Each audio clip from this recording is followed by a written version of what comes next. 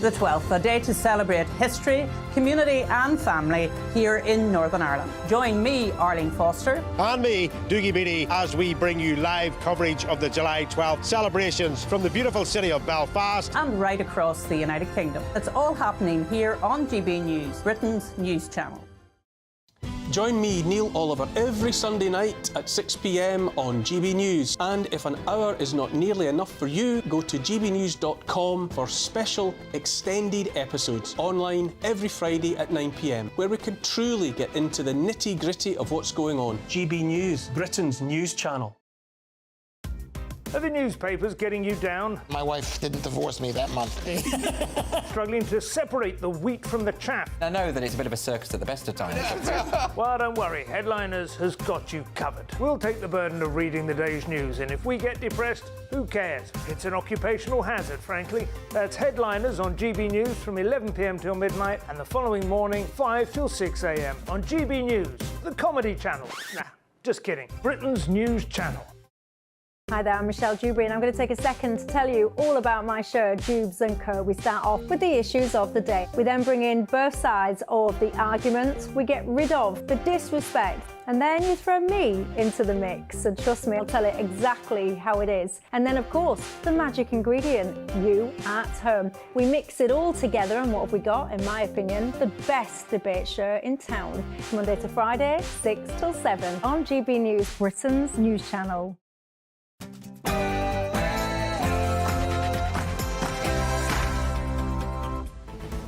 Good afternoon, Britain. It's 2 o'clock, 12 o'clock rather, on Thursday the 11th of July. I'm Tom Harwood. And I'm Emily Carver. King Charles is on his way to the Senedd in Cardiff Bay to mark 25 years of Welsh devolution. A former Prince of Wales himself and sometime attempted Welsh speaker, the King will be bringing some royal stardust to an important corner of his kingdom, although we were just looking at an Aberdonian oil rig. Yes, because new Energy Minister Ed Miliband has ordered an immediate ban on new drilling for oil in the North Sea. The consequences of this could be huge. Is this net zero madness or a step towards the green dream? And concerning news, as more than 20,000 criminals could be released early from prison in the coming months. Is our safety being put at risk? And of course, we will be in Berlin as the England team gear up for the Euros final against Spain this Sunday. The King has got involved, encouraging the team to win without the need for any last-minute wonder goals or penalties drama.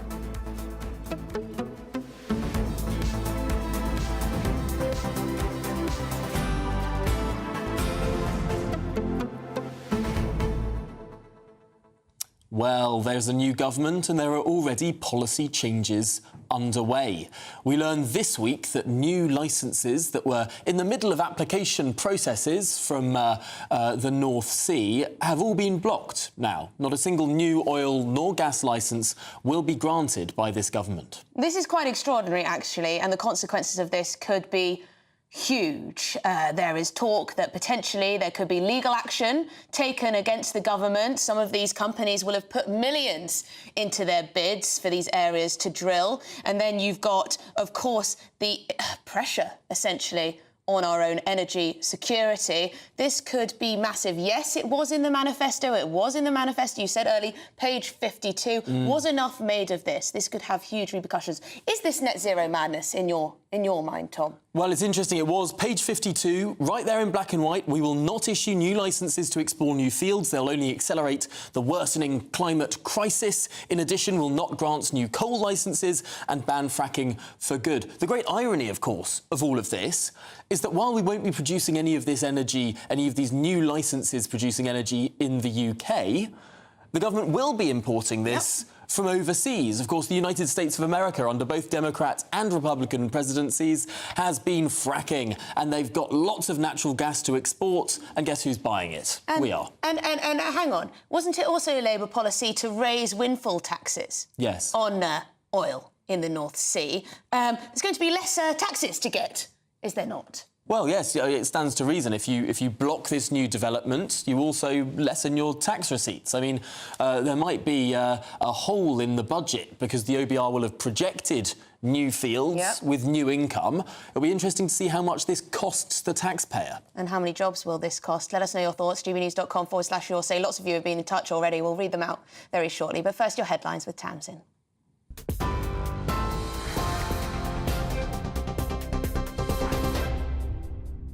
Emily, thanks very much. A good afternoon from the GB newsroom. It's 3 minutes past 12.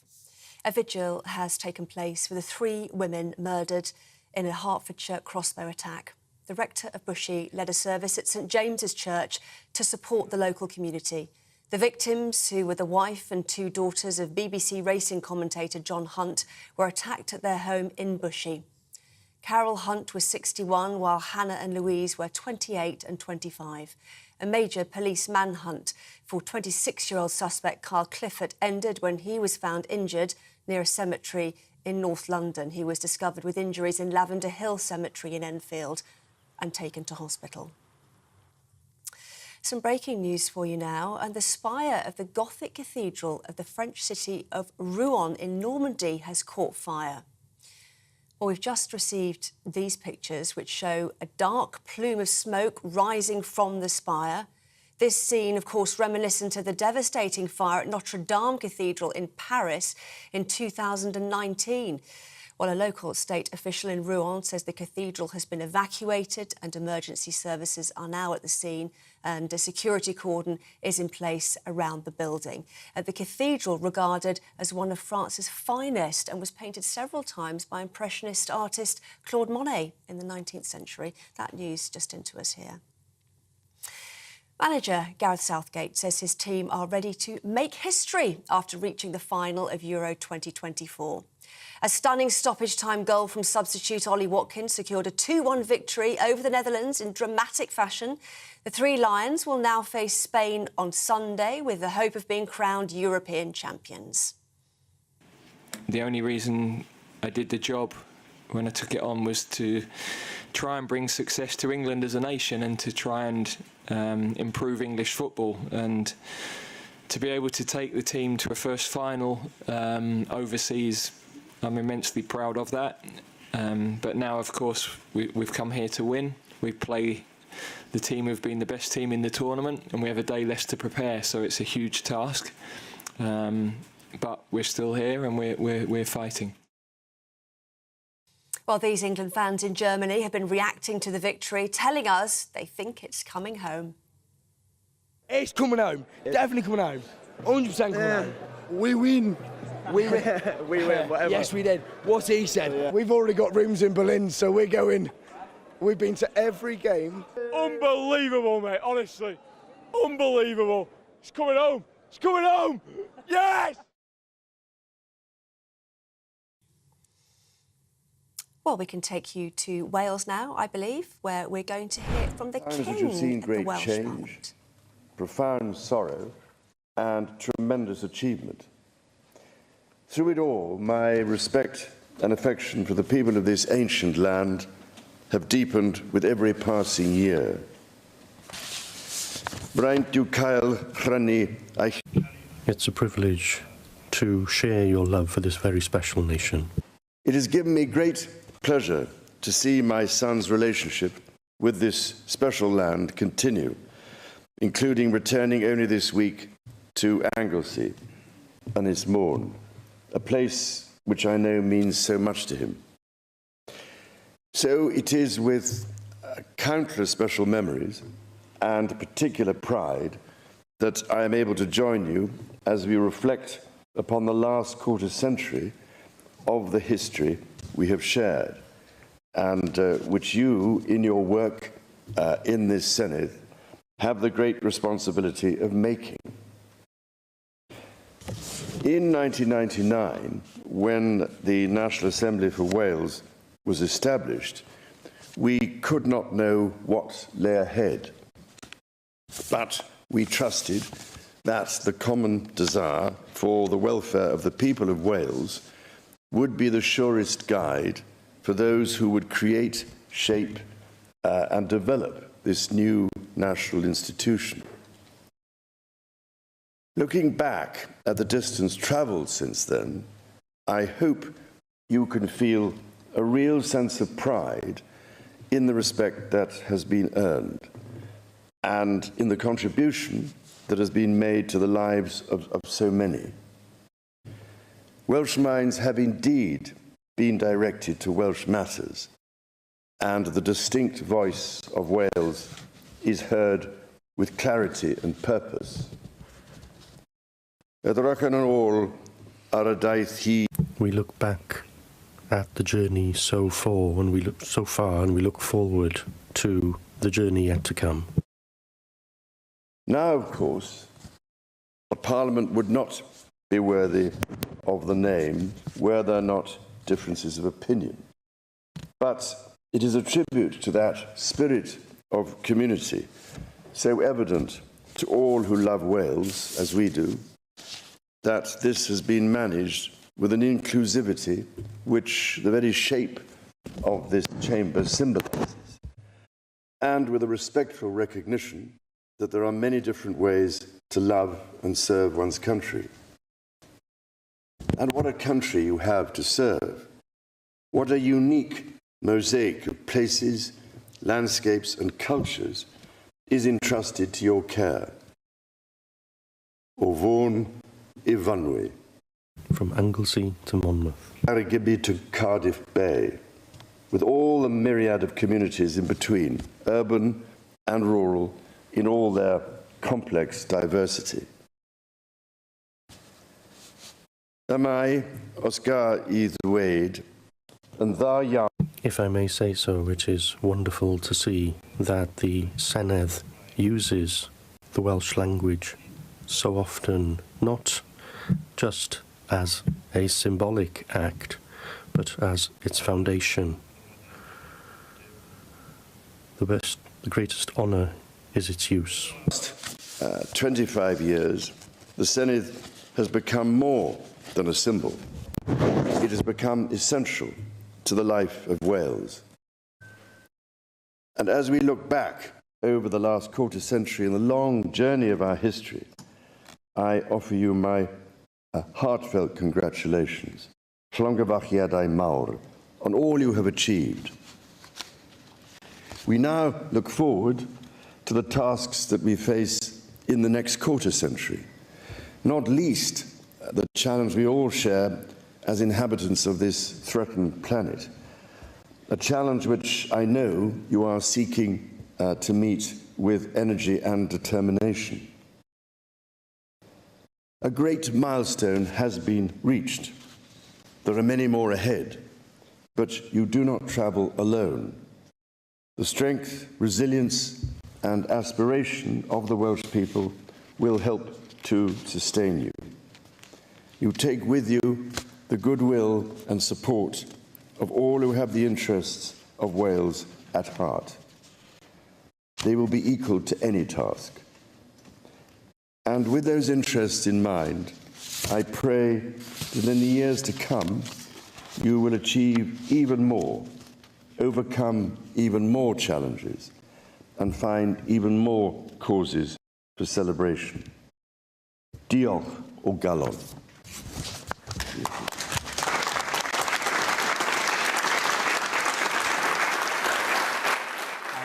Was the King speaking at the 25th anniversary of Welsh devolution from within the Senedd in Cardiff Bay. There, what was once a consultative chamber turned to an assembly, turned to a parliament. 3 different stages of evolution of Welsh devolution.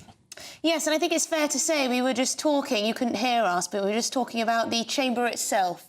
Not the most impressive, is it, if it's fair to say that? Perhaps that's a bit cruel. I don't think it's cruel. I think that Welsh devolution deserves a much grander chamber than this. It doesn't look fit for a king. This looks like a primary school hall. This looks like a sort of assembly room that children might sit in.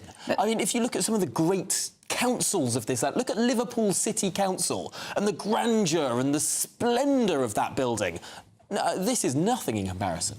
But King Charles there talking about his love for a very special nation of Wales. He talked about how his son is following with that love and commitment to the Welsh nation, and that the Senedd is more than just a symbol, it's essential to the life of Wales. So there you go, that was the King speaking at that 25th anniversary of devolution. Interesting, though, that the current Prince of Wales hasn't had an investiture ceremony. Of course, when the King became Prince of Wales, he had his grand investiture with the then Queen sort of placing that crown on his head. Perhaps it's to come. I wonder if that will come. Well, in other news, this is broken just very, very recently. The new Energy Secretary, Ed Miliband, has ordered an immediate ban on new drilling in the North Sea. In a decision that overrules his own officials and could potentially risk triggering a wave of legal action, this unusual intervention into what is normally an apolitical process, Ed Miliband has told regulators not to approve a new round of drilling that was slated for confirmation in the coming weeks. Yes, this could have huge consequences. So joining us now from Westminster is GB News political correspondent Olivia Utley. Perhaps this is no surprise, it was in the manifesto, but to see it happen so quickly and the talk of potential legal actions, this is a big move. Well, absolutely. It was in the manifesto, and there was quite a lot of furore about it at the time when Keir Starmer said that under a Labour government there would be no more drilling in the North Sea. But, as you say, I don't think we expected it to happen quite so soon. The projects that Miliband is pushing a stop to were due to be going live in just a few weeks' time. The companies which were bidding to get their new licence for drilling in the North Sea, some of them have spent millions of pounds, literally millions of pounds, and they are furious about this decision. There's even talk about them taking the new government to court over it. Miliband has sort of overruled everyone on this. The officials and civil servants all expected the latest round, the round which was agreed in October by the new government of North Sea oil licences, to go ahead and for the Labour Party to step in with its new proposal in a few months' time. This has taken the industry by surprise and is definitely going to ruffle quite a lot of feathers. Yes, as you say, there'll be people that sort of were just dotting the I's and crossing the T's on their applications that suddenly see them swept away from them. I suppose once they've put millions of pounds into these applications that are now considered null and void, it's not actually that hard to see how they can put a bit more money into taking the government to court. This could become a real headache. Well, exactly. I mean, taking the government to court is pennies compared to what they've already invested in getting these new North Sea oil licences. It'll be really interesting to see if the government caves on this. At the moment, Ed Miliband's spokesman is sounding, very terse about it. He's not apologising to these companies at all, and he doesn't sound as though he's going to back down. Might that change once the government starts hearing about court proceedings? Obviously, the last thing a brand new government wants is to be intertwined in long-winded, possibly, suing procedure from these quite a lot of companies. I think it's over 30 companies who are going to be affected by this. And what this means for tax revenue is also critically important. The North Sea, the government has relied on these windfall taxes. They always change the regulatory system around the North Sea as it stands. It's going to be harder and harder to squeeze money out of this industry and potential job losses to pay for too. Well, it's going to be really, really difficult. I mean, as you say, there's the question of job losses, there's the question of tax receipts, and there is also, of course, the question of where we're going to get our energy from. The Labour government has talked about this green revolution, but during the election campaign, Rachel Reeves actually massively watered down the amount of investment that this new green industrial revolution was going to receive. So it really isn't clear how Britain is going to meet its own energy needs. As experts in the industry have been pointing out now for ever since the very beginning of the war in Ukraine, the more that Britain can rely on its own energy, the better. The less we're importing, the better, because as we've seen just very much up close over the last couple of years, energy supply chains are really, really fragile. One way of getting around that was drilling in the North Sea, but the Labour government has put an absolute stop to it.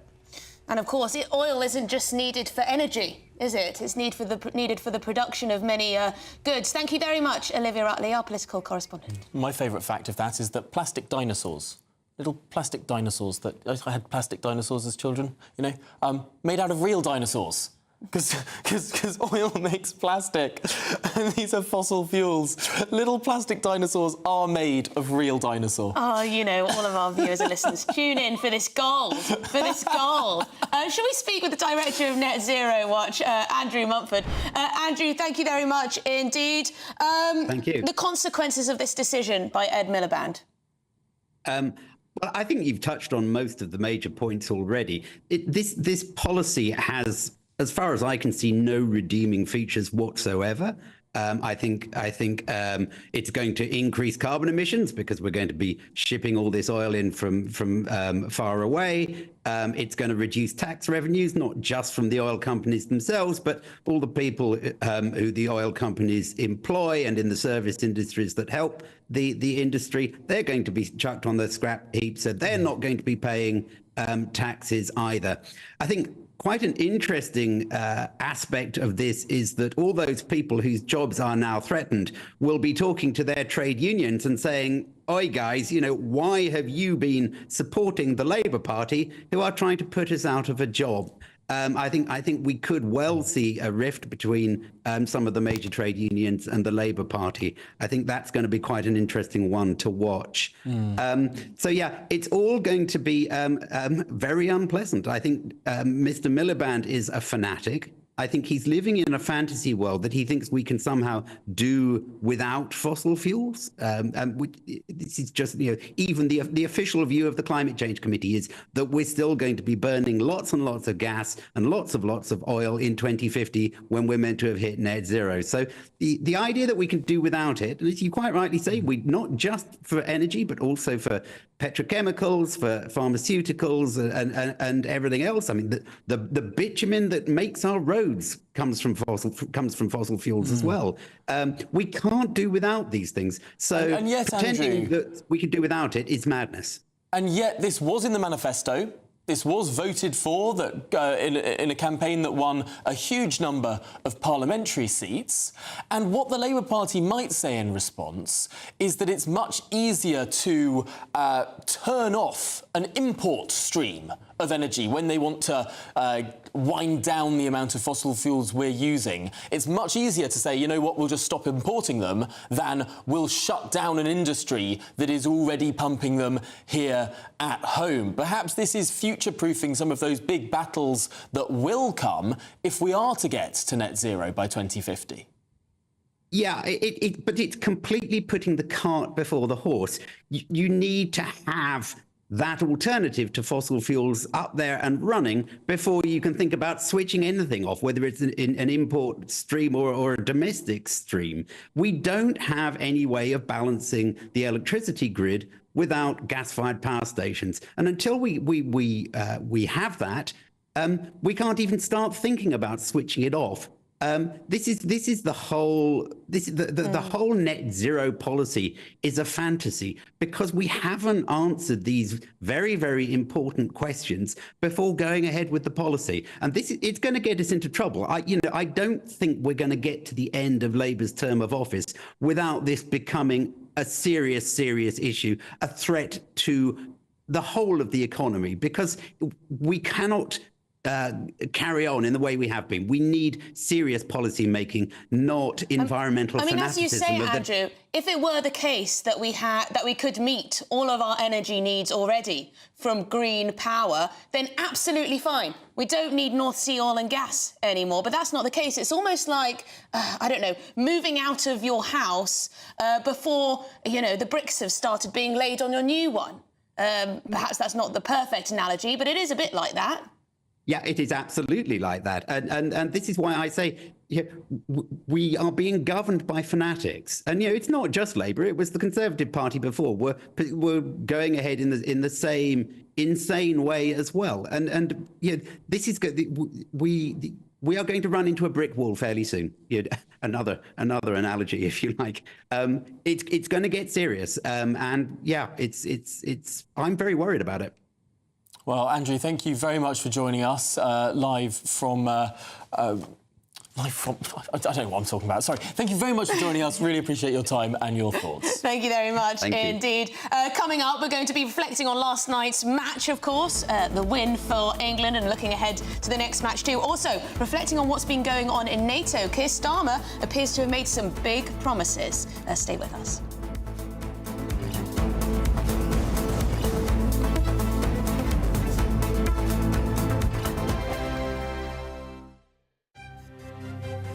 GB News Breakfast, every day from 6 a.m. Meghan Markle has reportedly finished filming her new show for Netflix. It aims to celebrate the joys of cooking, gardening, entertaining and friendship. Yeah, this comes after Prince Harry's Netflix documentary, The Heart of Invictus, failed to hit the right note with viewers missing out on the top 10 in the streaming charts. So, will this next venture be a success? Well, joining us now is royal commentator Kinsey Schofield. I know I've talked to the both of you about Meghan Markle potentially running for president, so this feels like a bit of a dud to go from Meghan Markle running for president to Meghan Markle's Netflix series about friendship and cooking. So she's wrapped this recent show. They rented a home near hers in Montecito, so that as their cooking set. And they're saying that this is really make or break for Harry and Meghan when it comes to their Netflix contract. You think, Kinsey, it's fair to say that Meghan Markle has proved to be commercially a bit of a damp squib? Even in America, her native homeland, she's kind of Oprah without the audience when it comes to the cooking. Also, is she kind of, do you think... They saw her as the golden ticket, didn't they, to unlimited revenue, unlimited audiences, and it just hasn't happened. Look, I think Meghan is a beautiful woman, and I do think she's talented, but I think how you treat people is incredibly important. And not only was she rumored to have been cruel inside Kensington Palace with several bullying allegations, but here in the States, Archwell Productions, their audio section, their scripted section, they've gone through several employees. And I think it's a reflection on the way that people are treated there. And I think as a viewer, you might get that. You might feel that way, and maybe that is where the appeal has been lost. GB News, the People's Channel. If you want your news to be straight talking, this is a nightmare for the Conservatives. Again, down to earth. It's not just Nottingham where this is happening, is it? And most importantly, honest. Hard-working, middle-class taxpayers, they'll get the book thrown at them. Then catch me, Martin Daubney, Monday to Friday, 3 till 6 p.m. on GB News, Britain's news channel. Join me, Neil Oliver, every Sunday night at 6 p.m. on GB News. And if an hour is not nearly enough for you, go to gbnews.com for special extended episodes online every Friday at 9 p.m, where we can truly get into the nitty-gritty of what's going on. GB News, Britain's news channel. We're proud to be GB News, the People's Channel. And as you know, we always love to hear your views. Now, there's a new way of getting in touch with us at gbnews.com/yoursay. By commenting, you can be part of a live conversation and join our GB News community. You can even talk to me, Bev Turner, or any of the members of the GB News family. The 12th, a day to celebrate history, community and family here in Northern Ireland. Join me, Arlene Foster. And me, Dougie Beattie, as we bring you live coverage of the July 12th celebrations from the beautiful city of Belfast. And right across the United Kingdom. It's all happening here on GB News, Britain's news channel.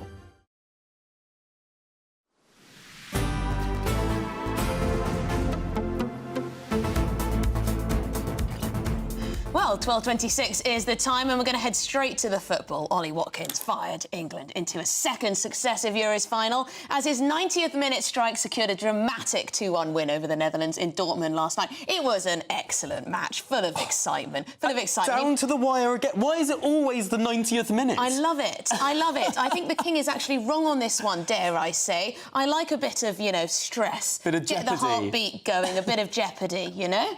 Yeah, no, marvellous stuff. Well, Gareth Southgate's team were 1-0 down early on against the Dutch before Harry Kane equalised with a penalty. Looked as if it was going to head into extra time before the Aston Villa striker struck home to send us to Berlin and to face Spain on Sunday evening. Ooh, face Spain. I don't like those words. Look, we've done it before. We've done it before. All I'm going to say is 1588, God blew his winds and they were scattered. We defeated the Armada, we can do it again. Right, well, how are the residents of England's most patriotic estate feeling after last night's win? Let's cross straight over and speak with GB News national reporter Theo Jacomba. Theo, a very patriotic estate. There must be lots of joy. Yes, well, you were just talking about living life on the edge, but I have to say people here are certainly not living life on the edge when it comes to supporting England. We've got England flags all over here. If we just take a look around me, there are so many of them, dozens on pretty much every flat in this part of Kirby Estate. We've been going around speaking to some of the England fans, asking them whether it's coming home and are they confident about this Sunday's game. Here's what they had to say. Best game so far. England are finally turning up at the tournament. If they get better, if they keep improving the way they did last night, they'll give Spain a good game. I was really impressed with the performance they did yesterday. Yeah, and it looks like he's coming home this time, yeah. I hope so.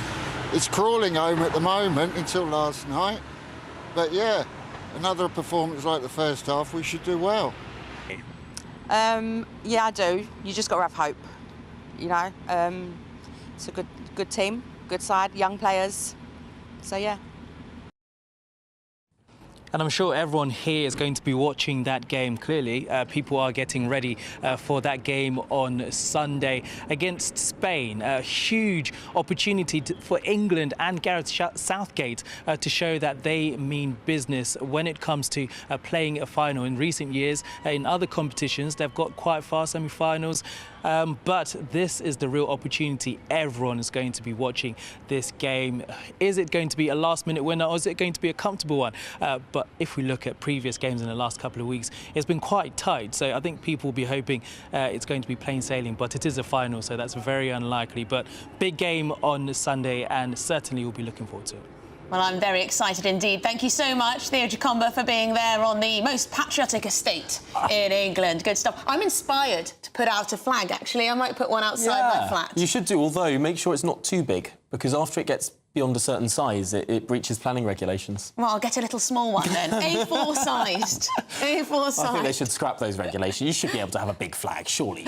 Perhaps you at home have already got yours out. Perhaps the bunting has come out even. Yes. No, I hope that most of England will look like that patriotic council estate. I like it. Right, we're going to have a bit of a gear change because coming up, triple murder suspect Carl Clifford has been found with injuries in North London. We're going to bring you the very latest after your headlines with Tamsin.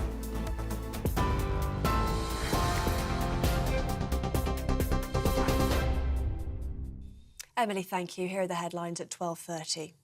A vigil has taken place for the 3 women murdered in the Hertfordshire crossbow attack. The rector of Bushey led a service at St James's Church to support the local community. The victims, who were the wife and 2 daughters of BBC racing commentator John Hunt, were attacked at their home in Bushey. Carol Hunt was 61, while Hannah and Louise were 28 and 25. A major police manhunt for 26-year-old suspect Carl Clifford ended when he was found injured near a cemetery in North London. He was discovered with injuries in Lavender Hill Cemetery in Enfield and subsequently taken to hospital. The spire of the Gothic Cathedral of the French city of Rouen in Normandy has caught fire. Well, we've received these pictures which show a dark plume of smoke rising from the spire. The scene is reminiscent of the devastating fire at Notre Dame Cathedral in Paris back in 2019. A local state official in Rouen says the cathedral has been evacuated and emergency services are at the scene. The King and Queen have visited the Senedd to mark its 25th anniversary. They were greeted by First Minister Vaughan Gething along with party and parliamentary leaders. The King marked the occasion with a speech before meeting community members who've contributed to key moments in the Senedd's history. Charles and Camilla last visited the Welsh Parliament in September 2022 when they received a motion of condolence following the death of the late Queen. Manager Gareth Southgate says his team are ready to make history after reaching the final of Euro 2024. A stunning stoppage-time goal from substitute Ollie Watkins secured a 2-1 victory over the Netherlands in dramatic fashion. The 3 Lions will now face Spain on Sunday with the hope of being crowned European champions. The Chancellor has described a planned average 21% increase to water bills as a bitter pill for consumers. Rachel Reeves made the comment after regulator Ofwat said bills will rise by around £19 a year in England and Wales over the next 5 years. That's a third less than the amount requested by water companies. There are also significant variations in price changes between firms, with Southern Water customers facing a £183 increase, whilst Yorkshire Water customers will see bills go up by £107. Well, those are the latest GB News headlines for now. I'm Tamsin Roberts. More from me in half an hour.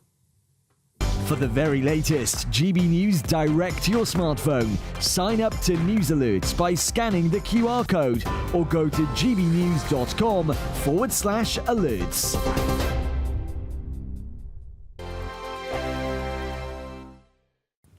Hello, a very good morning to you. Following the gloomy and wet weather we've seen so far this week, well, it's going to stay largely cloudy today with some showery rain, but for many it's going to be drier and brighter compared with the last few days. Certainly some brightness coming through for Western Scotland, Northern Ireland, a few showers here, but otherwise largely fine. The remnants of the wet weather we've seen during recent days just clearing northeast Scotland through the morning, and brighter skies for the south, where it's going to be relatively warm, 23 or 22 Celsius. But in between this zone of cloud just sticking about for parts of East and North Wales, North Midlands, Northern England, showers or longer spells of rain at times. Some sharp showers actually later in the day coming through for the Midlands and East Wales. But for Scotland at least, it is cheering up compared with recent weather. The best of the sunshine, the north and the west of Scotland. 15, 16 Celsius, not particularly hot, but nevertheless feeling pleasant enough in the sun out of the breeze. Northern Ireland likewise, 1 or 2 light showers, otherwise largely fine. But we've got these sharp showers across the Midlands into East Wales that one needs to keep an eye on. They could be fairly heavy and hit around the time of the rush hour. In the far south, largely dry and a clear evening to come before this zone of cloud and outbreaks of rain moves up from the continent and just spills into the south coast by the end of the day. That's going to continue overnight. So elsewhere, it's turning drier with some clear spells. It's going to be a fresher night compared with recent nights in the south, but temperatures still at 13 or 14 Celsius at the start of Friday. Friday starts off with a lot of fine weather. Actually, the best of the sunshine this time will be across central and southern Scotland, Northern Ireland, Northern England, for example, but we'll see a lot of cloud in the south and outbreaks of rain, particularly towards the southeast, and some sharp showers developing towards the far southwest. Otherwise, for many, it is a drier and brighter day. It's not going to feel particularly warm. Temperatures in the high teens. The latest GB News travel. Good morning, I'm Jules Buckley. The westbound M62 is currently shut from Winnick Junction 9 to Rainhill Stoops. At Junction 7, there's investigation work ongoing following a previous collision, causing queues both sides of the motorway, westbound past Junction 10 for the M6, eastbound prior to Junction 6, queues 2 up the M6 up to Haydock 23, and routes in Winnick and Warrington queuing as a result. Now away from Bristol, the northbound M32 Hambrook at 1 up to the M419 queuing, a lane shut for barrier repairs there. M25 between the M26 at 5 and the Clackett Lane services in queues both sides. That's down to roadworks. And the M20 in Kent heading towards the coast from Leeds Castle at 8 to Ashford at 9 looking slow because Operation Brock is in operation. And that's the latest. You can stay up to date throughout the day by visiting our website gbnews.com.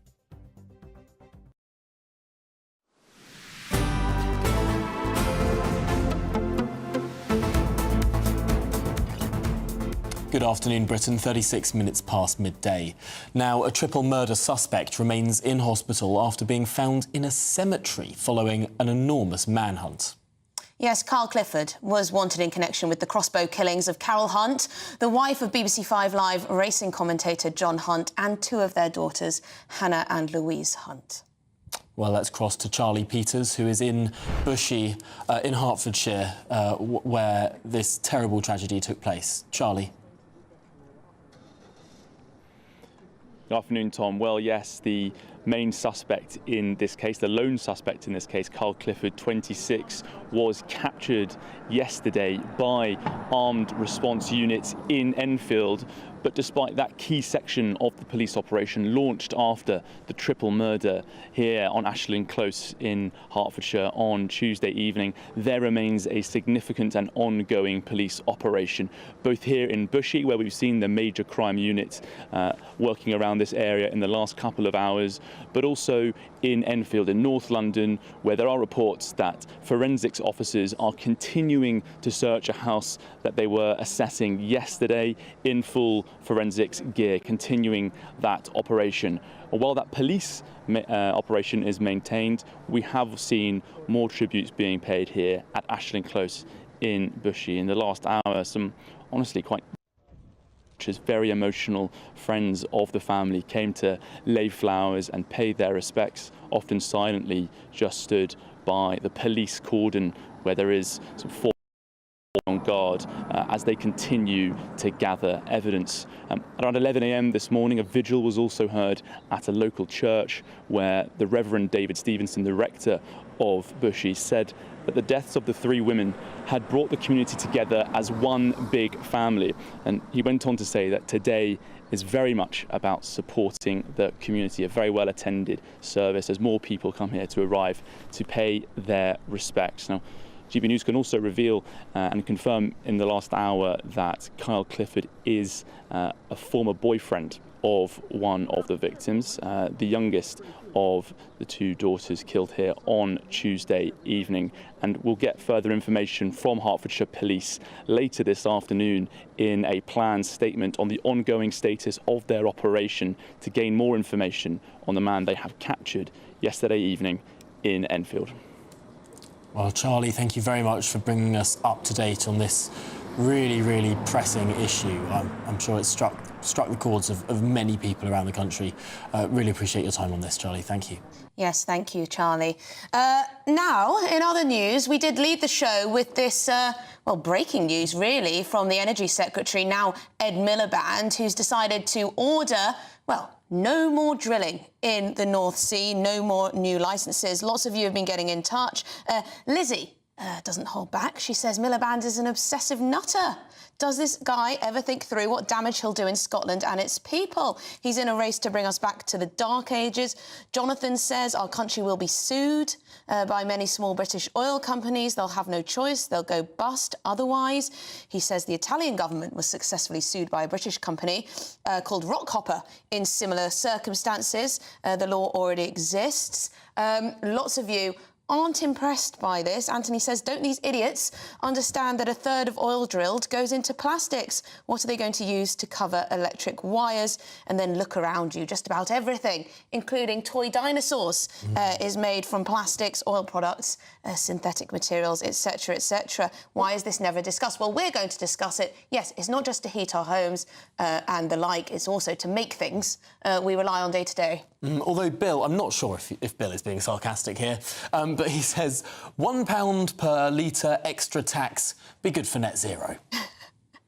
Well, there you go. I'm trying to find a bit of balance on this to see if some of you actually are in support of what Ed Miliband is doing. I'm finding it quite hard. So if you do think that this is the right way to go, please do get in touch, gbnews.com/your say, because Robert says, I worked offshore for many years. Friends are now saying big business will pull out of the North Sea as it's not worth investing if you don't get returns. Well, it was already getting quite difficult with all the changing regulations, with all the changing tax regime. I mean, how many different windfall taxes have we had? I think we've had it extended 2 or 3 times now, and initially there was an extra level of tax that was then almost doubled, I think, and now it's going to be raised even further. I think it's 75% or something around that.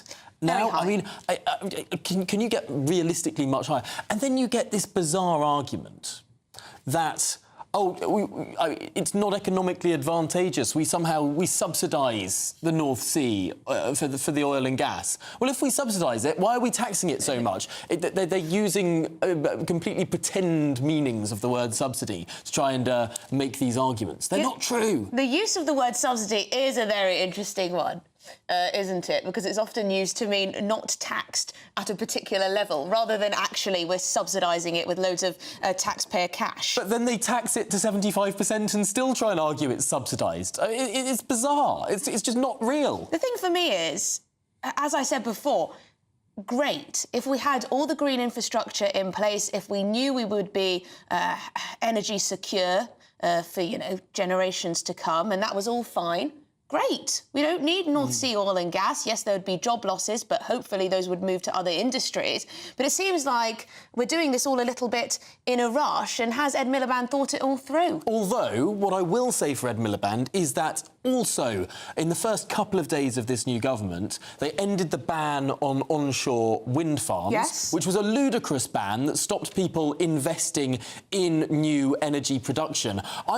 I'm going to be discriminatory here. I'm pro all energy, and I think too often people take one side or the other, saying we need more oil and gas but no wind farms, or we need wind farms but no oil and gas. I have to say the most successful countries, and frankly countries like the United States and like China, well, they're doing it all. They're doing both. They've got an all-in energy strategy. And amidst an energy crisis where prices are high, that's the only rational thing to do. Absolutely. A bit of everything, I think, is the way to go. You hedge your bets. So if one thing doesn't work out as you hoped, so let's say the solar panels weren't doing very well that year, then you have other things. As backup, Marianne says, didn't Labour say they were going to raise the tax on energy companies? Now they're shutting them down. How is that planned revenue going to be covered?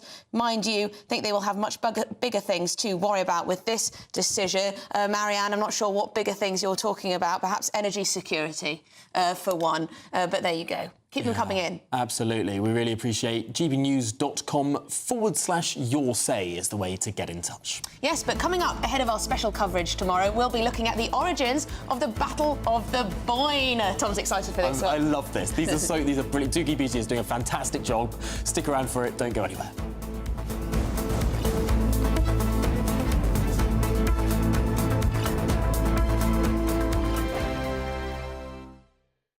This is GB News, Britain's news channel. In World War I, 309 men from Britain and the Commonwealth never came home because they'd been shot at dawn. The majority were killed for desertion, cowardice and sleeping at post. Appearing at their court-martials and told they'd brought shame on their country, these men had no opportunity to defend themselves and were executed by a firing squad. The National Memorial Arboretum launched a fundraising campaign to restore the memorial, which has stood for more than 20 years. Thank you to your viewers for their support for the fundraising campaign, and thanks to the generosity of so many people, we've been able to replace all 309 of the posts that represent those young men that were shot in the First World War. Restoration of this really precious memorial. The centrepiece of the memorial is the young soldier, blindfolded and facing his execution. In September 1916, Private Harry Farr was ordered to the front. Already suffering from shell shock, he was overwhelmed and refused his orders. He was court-martialed, and in a trial lasting only 20 minutes, he was sentenced to death. On the day of his execution, he faced the firing squad without a blindfold. Janet Booth is Private Farr's granddaughter and was part of the public campaign to have those who were shot at dawn officially pardoned. When I asked my gran, do you know where I could find Harry's grave? And she looked at my mother, and there was this sort of look between them, and then she said, well, he hasn't got a grave because they didn't warrant, he deserved one because he was shot as a coward and had let his country down. We can come here as a family and pay our respects to him, and also for all the other families, it's somewhere to come and remember their loved ones. The People's Channel.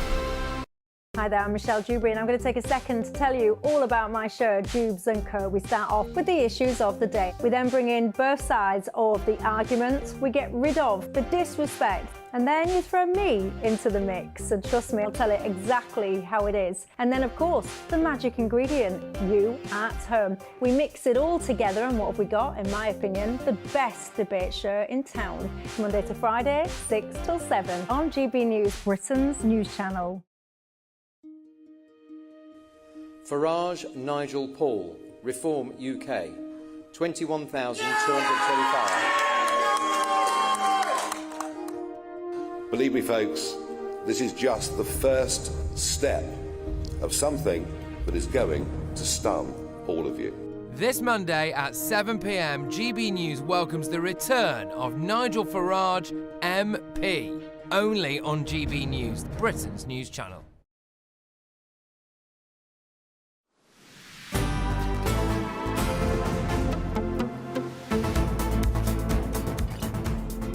Good afternoon, Britain. It's 47 minutes past 12. Now, ahead of our live coverage of the 12th of July celebrations tomorrow, our Northern Ireland reporter Doogie Beattie has been following the historical route of those that left Northern Ireland and headed for the New World. Yes, in this report, Doogie travelled to Worcester in Massachusetts, USA, where he discovered how the potato arrived in the States and how it was misunderstood.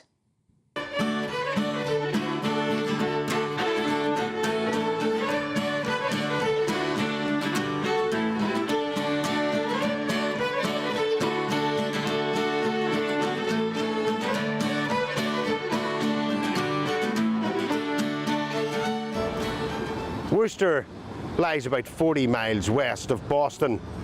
It's known as the heart of the Commonwealth. But back in the 1700s, it was no more than a frontier's village.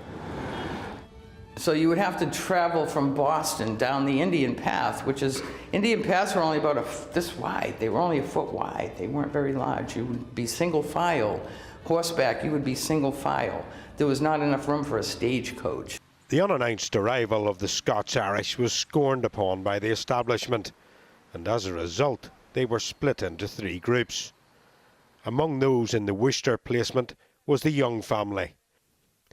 The oldest was 95, and he had brought the first seed potatoes to America, that at first was greeted with suspicion.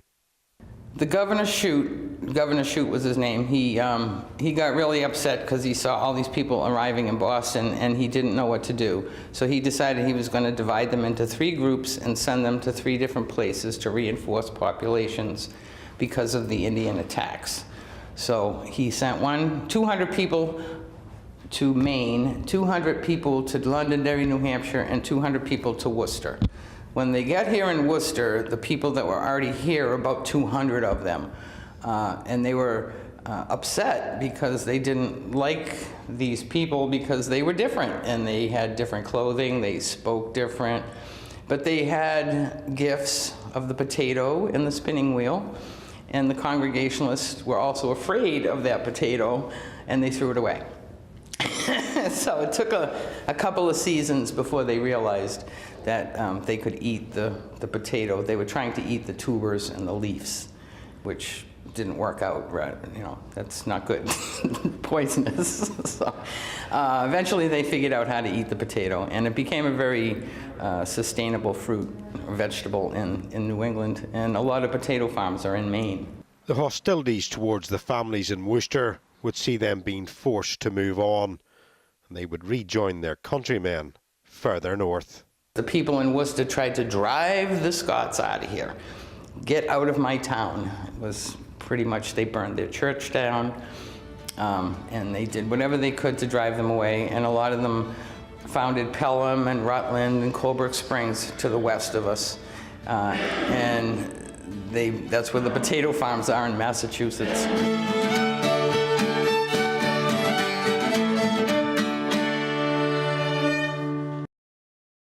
Well, there you go. Fantastic stuff. We'll have more coverage tomorrow, of course, on the day. Now, after the big win last night for the England team, we're heading straight over to Berlin to soak up the atmosphere ahead of the final on Sunday. Let's speak with sports journalist Ben Jacobs. Ben, how is the atmosphere there? I see you're indoors, but I feel like you can sense it. Yeah, well, I've been out and about as well. Of course, the atmosphere last night in Dortmund was phenomenal, and England fans were outnumbered. The feeling here is more that England are going to outnumber Spain, and plenty are travelling over that maybe don't have tickets yet and are trying to get one from friends, family, or any kind of legal means that they can. And if you look on the resale market, I think you need to pay something in the region of £2,000 now. But what a lot of people do in advance is they book their hotel for the finals. They know that they're going to be there. They make a week of it. So there's a lot of England fans that I've spoken to who were not actually at the semi-final and have only been in Berlin waiting for this moment and praying that England could reach it. So they were in pubs last night celebrating that phenomenal Ollie Watkins goal. And now we build up with a short turnaround to the final. And I think Spain are the favourites on paper. And for England, it's the first time, of course, that a men's team have been in the final of a major tournament ever on foreign soil. It's a really extraordinary moment, and so interesting that so many people choose to go just to be there for the atmosphere, not necessarily in the stadium, because I can imagine, I don't want to tempt fate, but if England win, the streets are going to be quite a picture. Yeah, I think what we saw in the semi-final was... I think what we saw in the semi-final was something in the region of 2 or 3 times the amount of people in the stadium outside the stadium. And it was predominantly this wall of orange, but there were plenty of England fans as well.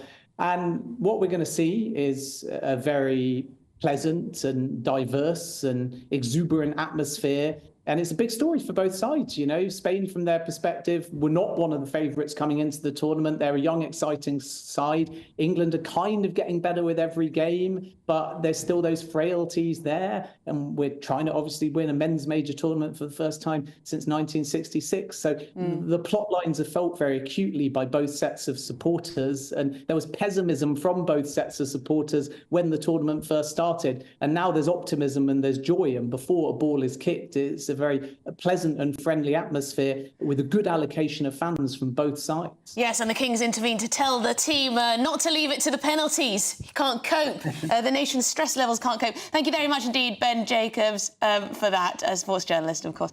That's all for this hour. Yes, but plenty more to come. The Prime Minister has given permission for Ukraine to use British missiles against Russian soil. Has Keir Starmer gone too far? We're having that debate after this.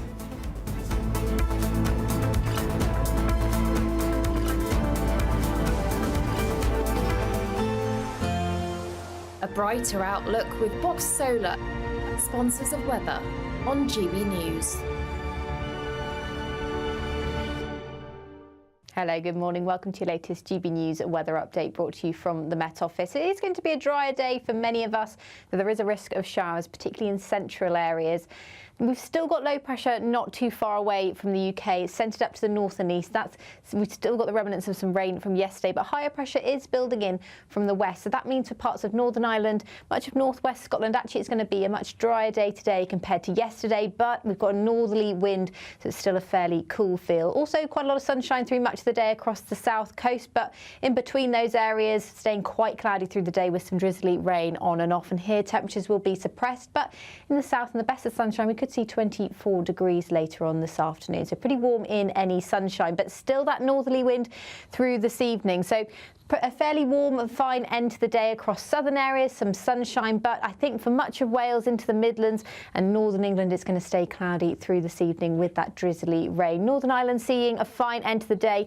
The further north you go, the more exposed to that northerly wind you are, particularly across the eastern areas of Scotland. Temperatures in Aberdeen only 13 degrees this evening, so more of an autumnal feel out there. Now through tonight, it's going to stay fairly dry for most areas. In this central area, though, it will remain largely cloudy with a risk of some rain, but I think the rain will become much more restricted to parts of Wales and central areas of England by the end of the night. There's also a threat of some showers approaching from the near continent into the southeast by tomorrow morning as well. And in any clear skies tonight, we've still got cool air, so we could be down as low as about 4 degrees for parts of Scotland, but for most areas, a fairly mild start with plenty of cloud around. And Friday will be a fairly dry day for most of us. There's still a lot of cloud around, so it's not going to be particularly warm, and also there's a risk of showers, mainly across the south coast. It's particularly in the southwest where we could see some torrential downpours, and with plenty of cloud around, temperatures at best into the high teens, possibly the low 20s. That warm feeling inside from Boxed Boilers, sponsors of weather on GB News. £30,000 in cash has to be won. It's our biggest cash prize so far, and it could be yours. Phil was a winner. Listen to what he says about winning the Great British Giveaway. Hi, my name's Phil Cox. I just looked at my account and thought, oh my God, yeah, it's true, it's gone into my account. And if I can win it, anybody can win it. The next big winner could be you, with an extra £30,000 cash in your bank. For another chance to win £30,000 in tax-free cash, text CASH to 63232. Text costs £2 plus one standard network rate message. You can enter online at gbnews.com/win. Entries cost £2. Or post your name and number to GB07 PO Box 8690 Derby DE1 9TT. UK only. Entrants must be 18 or over. Lines close at 5 p.m. on the 30th of August. Please check the closing time if listening or watching on demand. Good luck. This is GB News, Britain's news channel. I'm joined now by Stefan Kyriasis to give us the latest on everything theatre. So, yeah, we're going in first with Starlight Express, which is back. It's not in the West End. It's out at Wembley at the Troubadour Theatre, which is a big, almost kind of warehouse space, which suits because, as you know, have you seen the show? Starlight Express was my first ever musical. I must have been about 7 or 8 years old. I only saw it once, but I remember it being magical. Well, this one, it's 1984 it started, and it's still running in Bochum in Germany in a huge arena. So basically what we've got, they've slightly tweaked it, and there's a little boy or little girl, depending on the cast, going to bed, obsessed with toy trains and dreaming of trains. Everybody is dressed up. To me, it looks like a cross between Tron and Priscilla, Queen of the Desert. I don't really think any of them look remotely like a train, but hey, the songs are Andrew Lloyd Webber. It's pop mixed with kind of cod 1950s rock and roll, some power ballads. The lyrics are politely like something out of an old speak and spell machine or something, you know. He's a steam train, they're out of date, he's being bullied by the diesel and the electric, and he falls for this carriage, the first-class carriage, new girl Pearl, and he wants to impress her, so he enters a race, and that's pretty much it. And when the races happen, all these barriers come up around where we're sitting, the lights are flashing, the music's thumping. It's utterly ridiculous, and I felt like a kind of teenager that was huffing sherbet dib-dabs off a giant block of sugar. It's so much fun, and the really crucial thing about it all is that somehow, in the middle of all of that, I just felt myself getting into the story. And when Pearl and Rusty have their little duet, I was very moved, and there's this big starlight sequence, which is the inspiration, the magical starlight that he's seeking. It's beautiful. GB News, the People's Channel.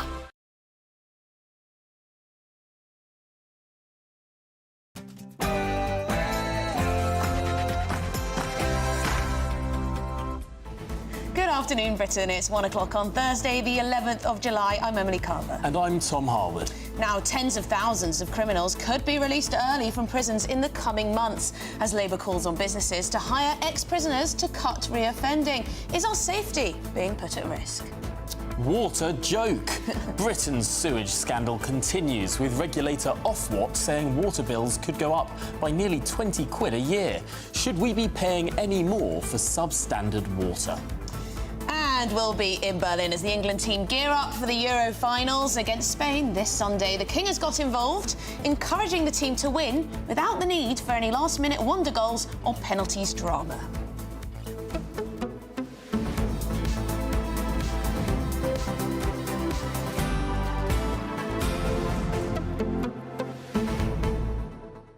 Well, shall we hear from the Prime Minister? He's been reacting to that historic win in Washington, D.C. He's reacting to that win last night against the Netherlands.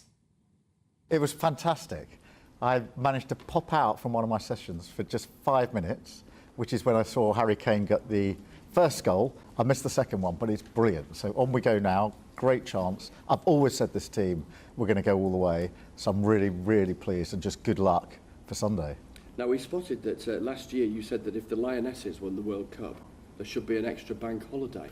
So if England win, do we all get an extra day off? Well, we should certainly mark the occasion. I don't want to jinx it. I went to the last Euros finals. I don't want to go through that again.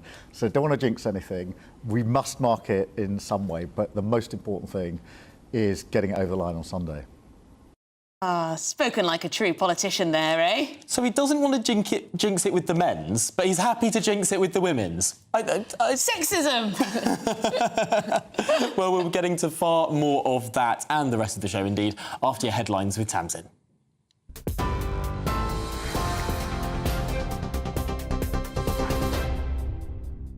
Tom, thank you, and good afternoon from the GB newsroom. It's just after 1 o'clock. Close friends of Carol Hunt say they are together in grief after she was killed alongside two of her daughters in a crossbow attack in Hertfordshire. They were speaking after the rector of Bushey led a vigil at St James's Church to support the local community. The victims, who were the wife and daughters of BBC racing commentator John Hunt, were attacked at their home in Bushey. Carol Hunt was 61, while Hannah and Louise were 28 and 25. A major police manhunt for 26-year-old suspect Carl Clifford ended when he was found near a cemetery in North London.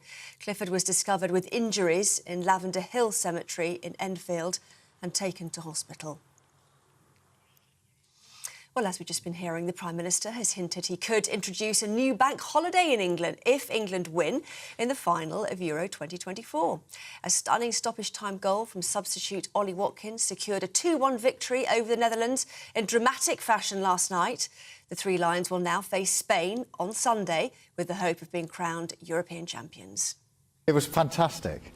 I managed to pop out from one of my sessions for just 5 minutes, which is when I saw Harry Kane get the first goal. I missed the second one, but it's brilliant. So on we go now. Great chance. I've always said this team, we're going to go all the way. So I'm really, really pleased, and just good luck for Sunday. Now, we spotted that last year you said that if the Lionesses won the World Cup, there should be an extra bank holiday. So if England win, do we all get an extra day off? Well, we should certainly mark the occasion. I don't want to jinx it. I went to the last Euros finals. I don't want to go through that again. So don't want to jinx anything. We must mark it in some way, but the most important thing is getting it over the line on Sunday. To Wales now, where the King and Queen have visited the Senedd to mark its 25th anniversary. They were greeted by First Minister Vaughan Gething, along with party and parliamentary leaders. The King marked the occasion with a speech, which he began in Welsh, before meeting community members who contributed to key moments in the Senedd history. Charles and Camilla last visited the Welsh Parliament in September 2022, when they received a motion of condolence following the death of the late Queen. I hope you can feel a real sense of pride in the respect that has been earned and in the contribution that has been made to the lives of so many. Welsh minds have indeed been directed to Welsh matters, and the distinct voice of Wales is heard with clarity and purpose. Edrych yn ôl ar y daith hi. We look back at the journey so far, and we look forward to the journey yet to come. President Biden has indicated he supports closer defence ties between the UK and Europe. In his first head-to-head meeting with the Prime Minister at the White House, Joe Biden told Sir Keir Starmer he sees the UK as the cornerstone of the transatlantic alliance. The Prime Minister described the visit as an opportunity to recommit to NATO and the special relationship. Sir Keir has said he wants a new UK-EU security pact, whilst also working closer on defence with key allies. The Chancellor has described a planned average 21% increase to water bills as a bitter pill for consumers. Rachel Reeves made the comment after regulator Ofwat said bills will rise by around £19 a year in England and Wales over the next 5 years. That's a third less than the amount requested by water companies. There are also significant variations in price changes between firms, with Southern Water customers facing a £183 increase, whilst Yorkshire Water customers will see bills go up by £107. This reflects 14 years of failure from the Conservatives to drive investment, to reduce pollution and to ensure that families are not struggling in the way that they have been with the cost of living crisis. It's why the Secretary of State for Environment, Steve Reid, has called in the 16 bosses of the water companies today, and also we've already announced tough new rules to ensure that money that's supposed to go into infrastructure cannot just be paid out in bonuses. The spire of the Gothic cathedral of the French city of Rouen in Normandy has caught fire. A local state official says the cathedral has been evacuated and emergency services are on the scene. The cathedral, regarded as one of France's finest, was painted several times by Impressionist artist Claude Monet in the 19th century. And some news just in. Avon and Somerset police say suitcases believed to contain human remains have been found by officers who were called to reports of a man seen acting suspiciously on Clifton Suspension Bridge in Bristol. So that news just into us from Avon and Somerset police. More on that in the next hour. That's it from me. For the very latest GB News direct to your smartphone, sign up to News Alerts by scanning the QR code or go to gbnews.com/alerts.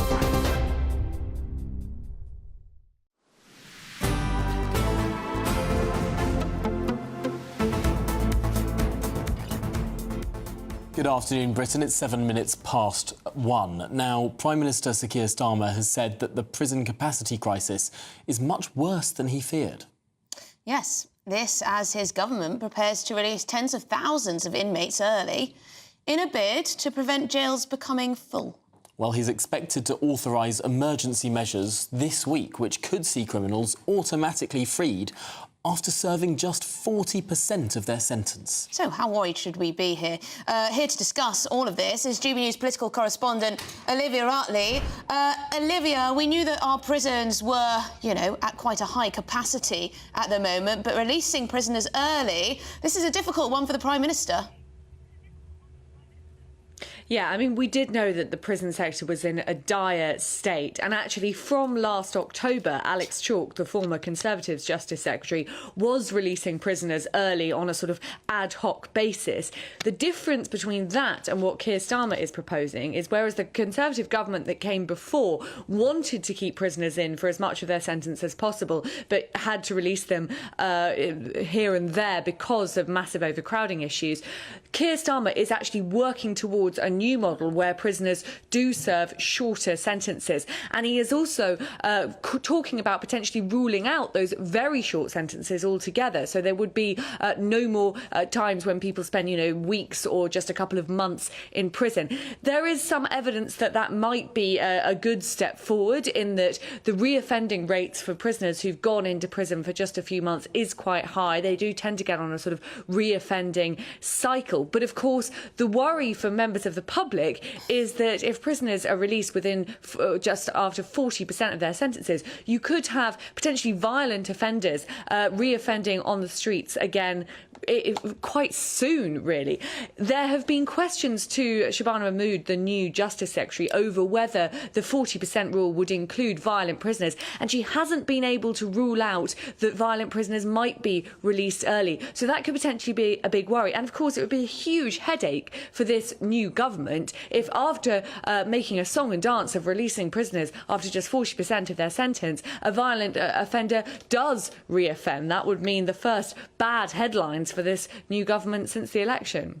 I'm looking at some of these reoffending rates right now, and they really are shocking. I mean, according to the latest official data, which is from 2022, more than half of all prisoners who serve a sentence of less than 12 months provably reoffend. So that's just the ones that we catch and charge again. A quarter of people who are in prison for 1 to 4 years provably reoffend once they're released. I wonder if the issue isn't that we're sending people to prison for too short a time, for too long a time. Surely it's that they're not in there long enough.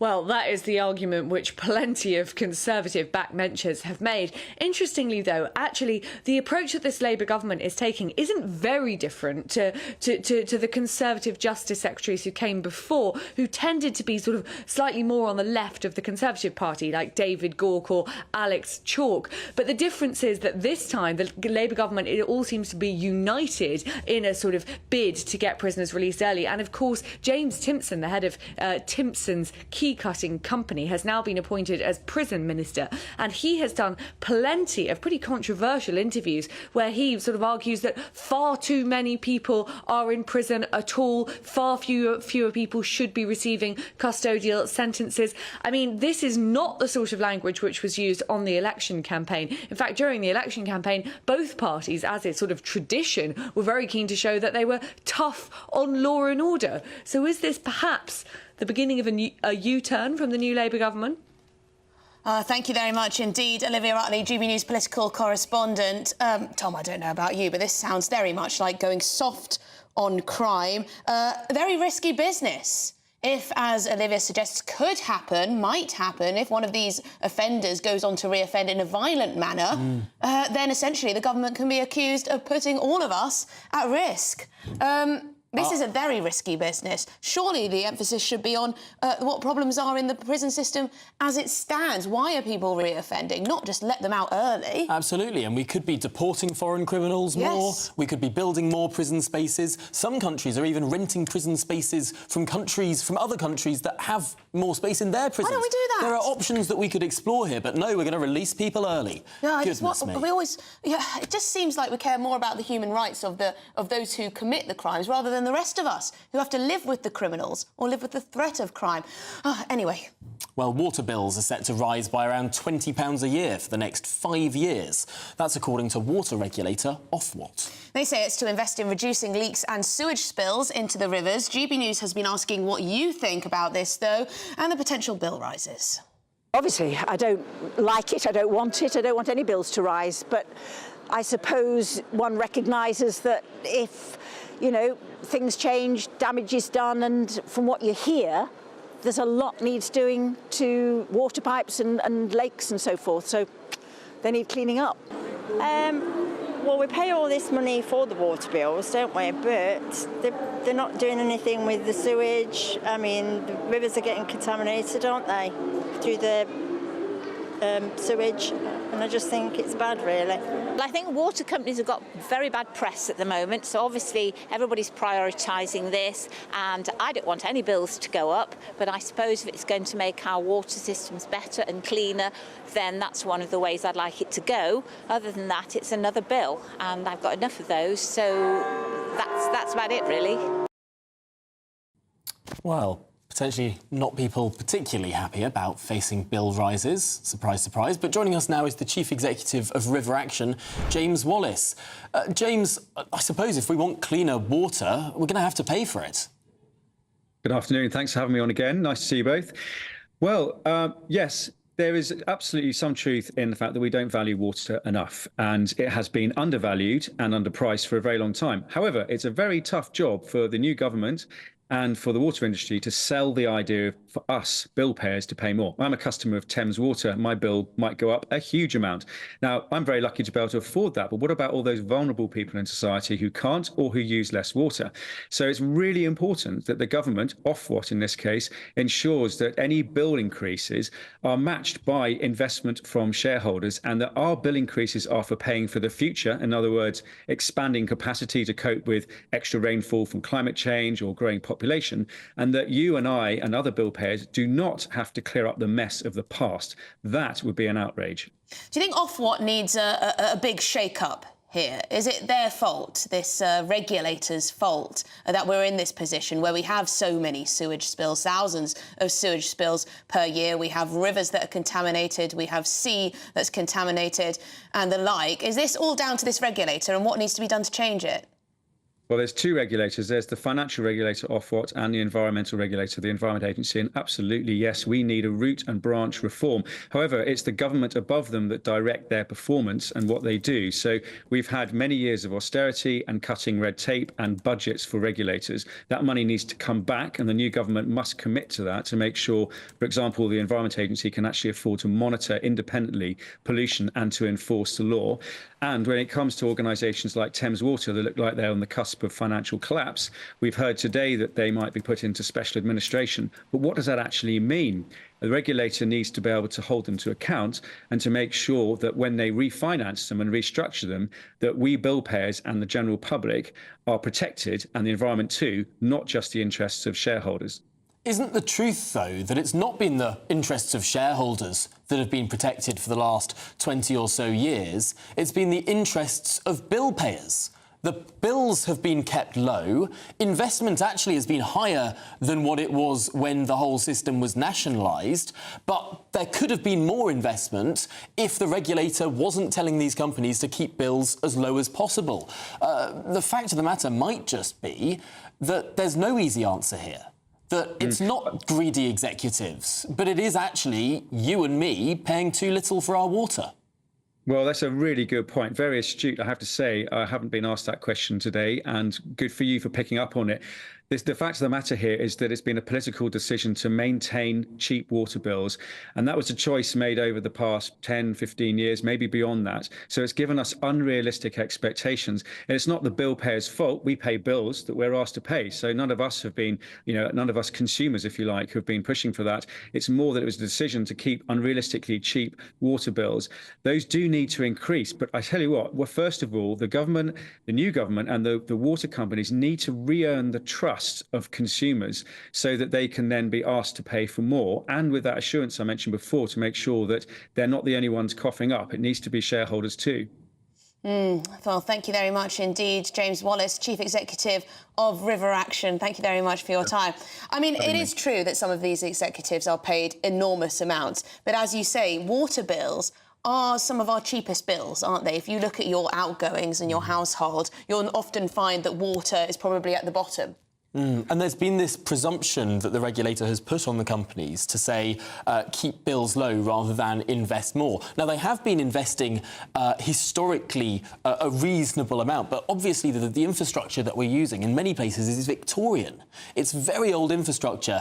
It needs a lot more investment, but no politician has ever been truthful to anyone about this. You have Ed Davey falling into rivers and streams and water slides saying, oh, it's easy. Oh, we'll just create a new blue flag status and tell the companies to behave. Well, sorry, using what money? You're going to have these companies, if they are going to make water cleaner, and I think we all want to see it, there's got to be the money coming from somewhere. And it's a fantasy to say you can have, billion-pound companies run by people paid non-executive wages. Executive wages are what executive wages are. That's so often what people say, though, isn't it? If only the chief executive wasn't paid, £1 million, then we'd have no sewage. We'd have no spillages. How much water could we clean for £1 million? I reckon not a single street could be cleaned for £1 million.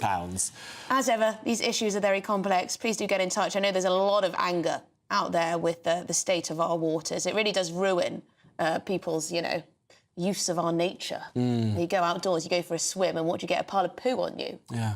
More often than not. Well, probably not more often than not, but on occasion, not what you want. Me. No, absolutely. Well, coming up, the Prime Minister gives permission for Ukraine to use British missiles on Russian territory. Has Keir Starmer gone too far, or is this what Ukraine needs to finally win? We'll be debating that in a moment.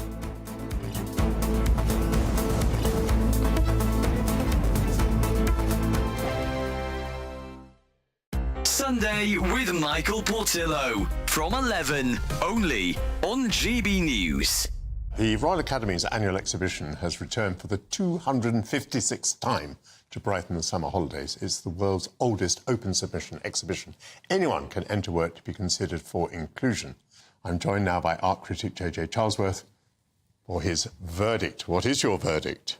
My verdict is you should go and see it. You are confronted with many things of varying quality, selected by artists, and you very much, instead of being given something to you that's supposed to be good, you have to make your own decision. I went along yesterday, and I personally did see some pictures on the wall that I thought were absolutely stunning. I'm going to mention Peter Ucker, which I think is a remark. And now these are the two by Ben Jonson, Grundtvig 1, and we've got one coming out of Berlin Pool. I think that's an absolutely stunning piece of work.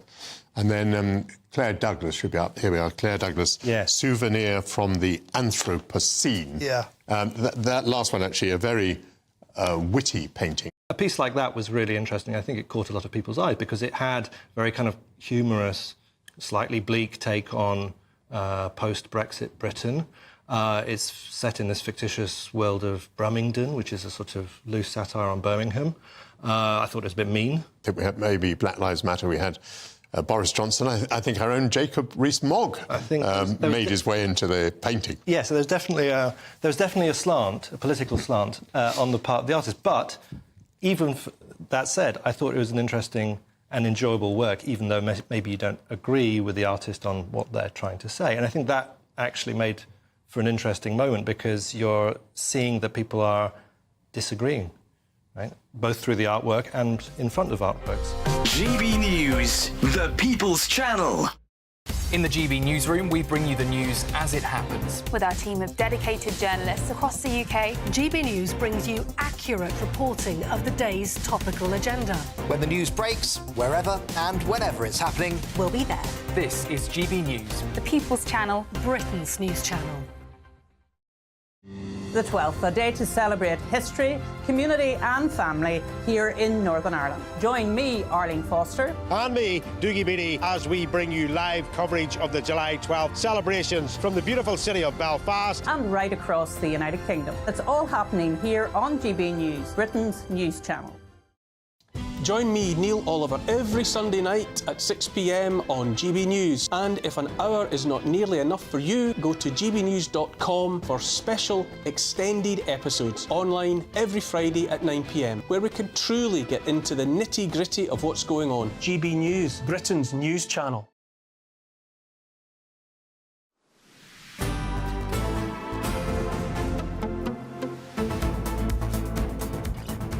Well, good afternoon, Britain. It's 23 minutes past 1, and the triple murder suspect remains in hospital after being found in a cemetery following a manhunt. Carl Clifford was wanted in connection with the crossbow killings of Carol Hunt, the wife of BBC 5 Live racing commentator John Hunt, and two of their daughters, Hannah and Louise. Well, let's cross straight to Charlie Peters, who is live in Bushey in Hertfordshire, where this tragedy took place. Charlie. Hi, Tom. Well, there are continued police operations here in Bushey in Hertfordshire, where that murder, the set of triple murders in that targeted attack took place on Tuesday evening, when the police were alerted at around 7 p.m. But the latest news we're getting is from Enfield in North London, where that manhunt was concluded yesterday when the police and the armed response units there captured Kyle Clifford, the 26-year-old lone suspect in this incident. But today we've heard reports that they have repeated, the Metropolitan Police and the Hertfordshire Constabulary have repeated their forensic searches in Enfield on an address that they were searching yesterday. It's been reported in the last hour that that house actually is linked to Kyle Clifford's brother, Bradley Clifford, who in 2018 was jailed for life for murder and attempted GBH after he in 2017 knocked two men off a moped and beat one of them to death after a 20-minute angry drive chasing after that moped. North London. So that address being searched, possibly linked to that manhunt that the police were engaged in yesterday. But here in Bushey, by contrast, we've seen the major crime unit out here conducting some investigations around the property behind me where the police cordon is maintained. We expect forensics will continue to assess that, and the alleyway further behind that close, where we understand that Kyle Clifford made his escape away from the house before driving away. We've also seen some very emotional scenes here in Bushey, in Ashling Close, with several friends of the three victims, friends of the family, coming to pay their respects and lay flowers. And that's followed a parish vigil taking place at around 11 a.m. this morning in the local church here, where the Reverend hosting that vigil said that it had brought the community together and displayed that they were one strong family. But here in Bushey and in Enfield, police involvement and operations continue with their investigation as Kyle Clifford, the lone suspect, remains under police detention in a London major trauma unit hospital. Well, Charlie Peters, thank you very much for that latest update. Appreciate your time. Right, well, in other news, Prime Minister Sir Keir Starmer has approved the use of British missiles for strikes inside Russia, a move that may mark a significant policy shift, and it stirred considerable debate. Well, Starmer's decision has been welcomed by Ukraine, but described by Russia as an escalation. So is the Prime Minister's new stance justified, or has he gone too far? Well, joining us to debate this is international security and border control expert Henry Bolton, who thinks the Prime Minister's stance is justified. And on the other side, we have former Army officer and author Patrick Benham-Crosswell, who believes the PM may have gone a little too far with this one. Patrick, I'll start with you. Thank you very much first. Why do you think perhaps Keir Starmer's gone a little too far with this decision? That's not quite what I said, but this doesn't alter the price of fish very much. I mean, it brings some static targets that perhaps 300 kilometres or 300 miles into Russia into range of weaponry. The French have already given a similar permission to use a similar identical missile, and that's been the case since May. The problem we got here is we're playing around with the possible rules of engagement for a powerful weapon without looking at the underlying urgency, which is to bring this war to an end. And I don't see that this decision by Keir Starmer is going to do anything to alter that one way or another. OK, let's throw that to Henry Bolton now. Henry, you think that this is a positive step forward? Well, again, a bit like Ben, it's nuanced, isn't it? It's no such decision in a theatre of war is a simple yes, this is good, no, it's bad. Look, Ukraine has a significant problem on the battlefield. Russia can concentrate forces outside Ukrainian territory in order to then launch them in a focused manner. They can concentrate their forces to conduct offensives against Ukraine. However, and Ukraine can do nothing about disrupting that build-up. On the other side, though, of course, Ukraine can only build up in one place, concentrate its forces in one place, and that's on Ukrainian territory, which is open game for Russia. So in that sense, this levels the playing field somewhat. But what I'm concerned about here is that when you up the stakes here, you've got to do some basic risk management, and I'm not entirely sure that the British government is. So, is Russia going to try to respond against the UK in some way, whether it's cyber or whether it's against our wind farms or infrastructure or some other thing? And have we fully prepared for that? I suspect Keir Starmer's statement is a political one in two respects. Reiterating support for Ukraine in this way, and also he's got the NATO summit and he's got a statement to make there. Has he really thought through the second and third order risk implications of this, and are we managing them correctly? I hope we are. Just one final thing on what just one final thing on what Ben said. A lot of people don't actually know that there are talks constantly underway in Vienna under the auspices of the OSCE, exploratory talks, look at where Russia sits down in Ukraine, all the EU and NATO member states and some other countries all sit down and are constantly exploring options to mitigate and limit and end this conflict. And indeed, Switzerland has been chairing some more focused talks. So talks are underway. It's been a sort of misapprehension that they're not. They are. OK, well, Patrick, there's quite a lot of concern here that the use of British missiles in Russian territory is an escalation and Russia will retaliate. Is this the wisest move from our national security point of view? I don't think neither Henry or I have access to the detailed information that would enable us to produce a definitive answer to that. And I don't think Keir Starmer does either.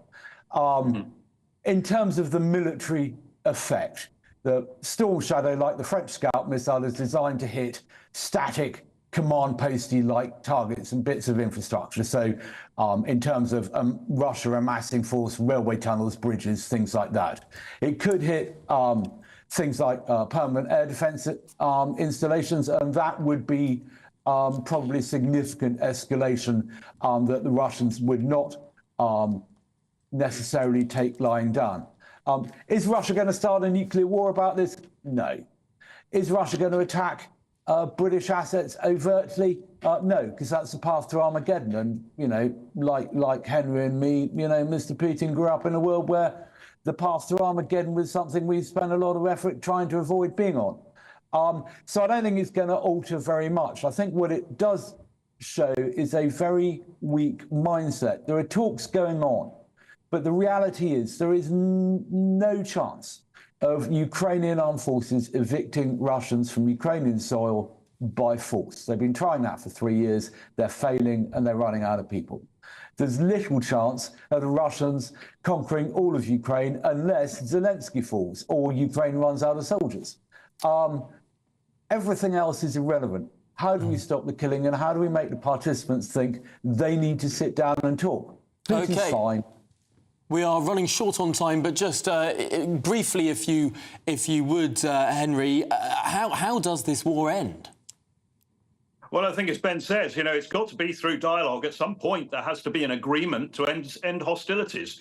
The difficulty is that neither side it seems prepared to do so at the moment. On the one side, Ukraine has to cede territory. That's the only way that the Russians are going to agree to anything at the present time. And on the other side, the Russia or Ukraine. You're just not going to get an agreement from Ukraine to do that, and Russia is not going to back up until they've consolidated their gains in Ukraine. So I don't see an end to this, and that's why those talks I mentioned have been ongoing for so long and got absolutely nowhere.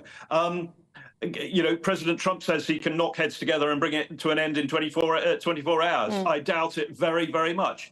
But so long as talks are ongoing and so long as the exploration is ongoing, then hopefully an opportunity will be identified. OK, well, thank you very much to you both, Henry Bolton and Patrick Benham-Crosswell.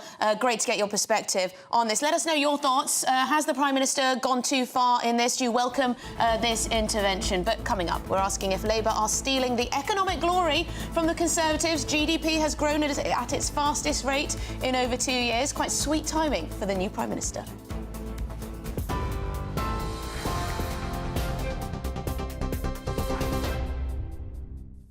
Good afternoon from the GB Newsroom. Here are the headlines at 1:33.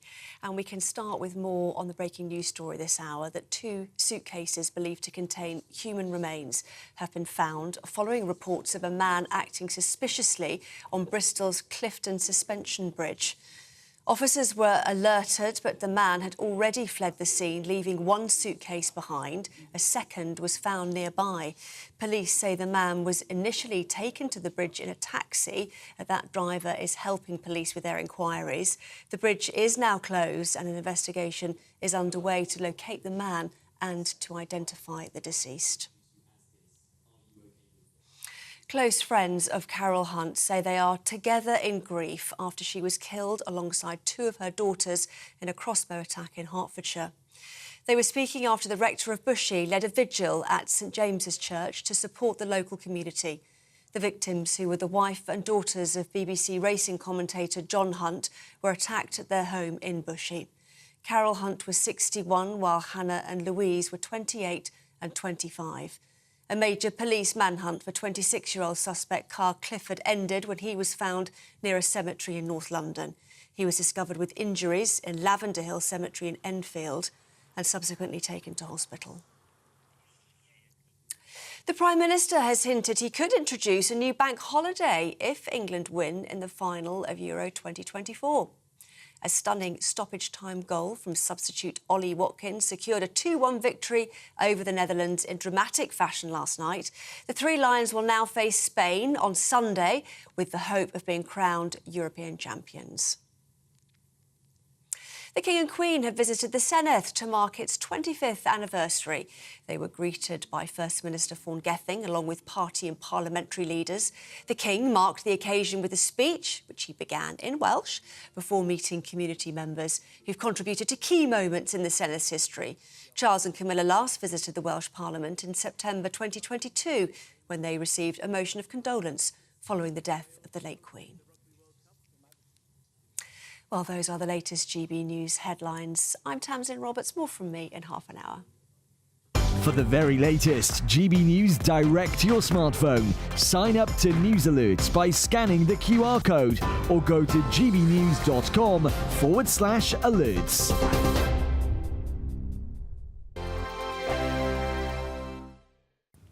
Hello, a very good morning to you. Following the gloomy and wet weather we've seen so far this week, well, it's going to stay largely cloudy today with some showery rain. But for many, it's going to be drier and brighter compared with the last few days. Certainly some brightness coming through for Western Scotland, Northern Ireland. A few showers here, but otherwise largely fine.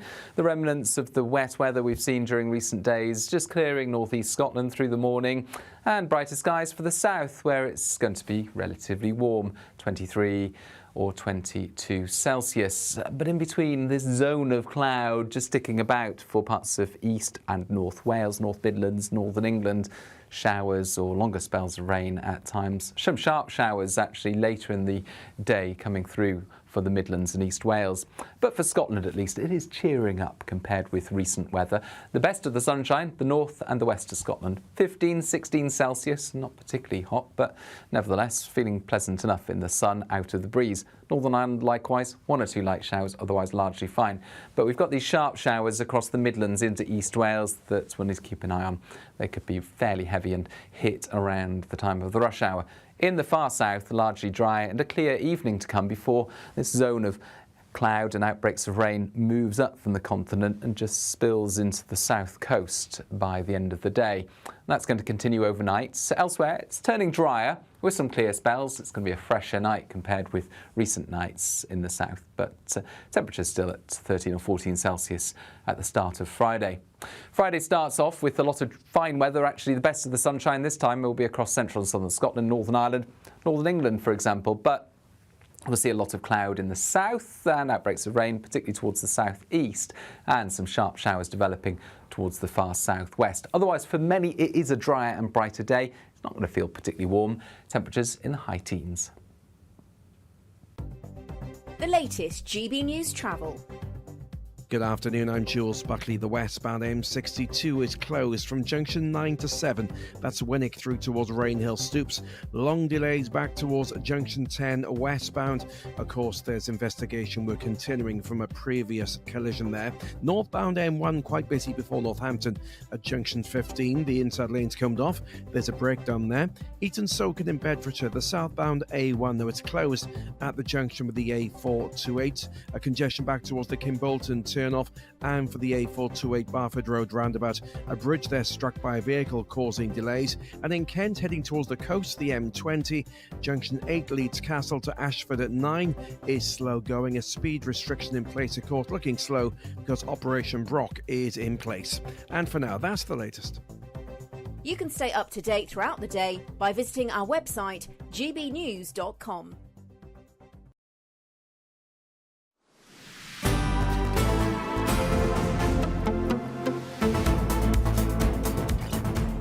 Good afternoon, Britain. It's 39 minutes past 1.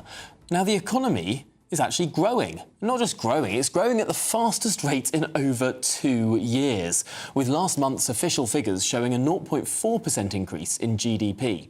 Yes, Shadow Chief Secretary to the Treasury, Laura Trott, says the Conservatives strengthened the economy. Labour are now inheriting an economy that's turning a corner.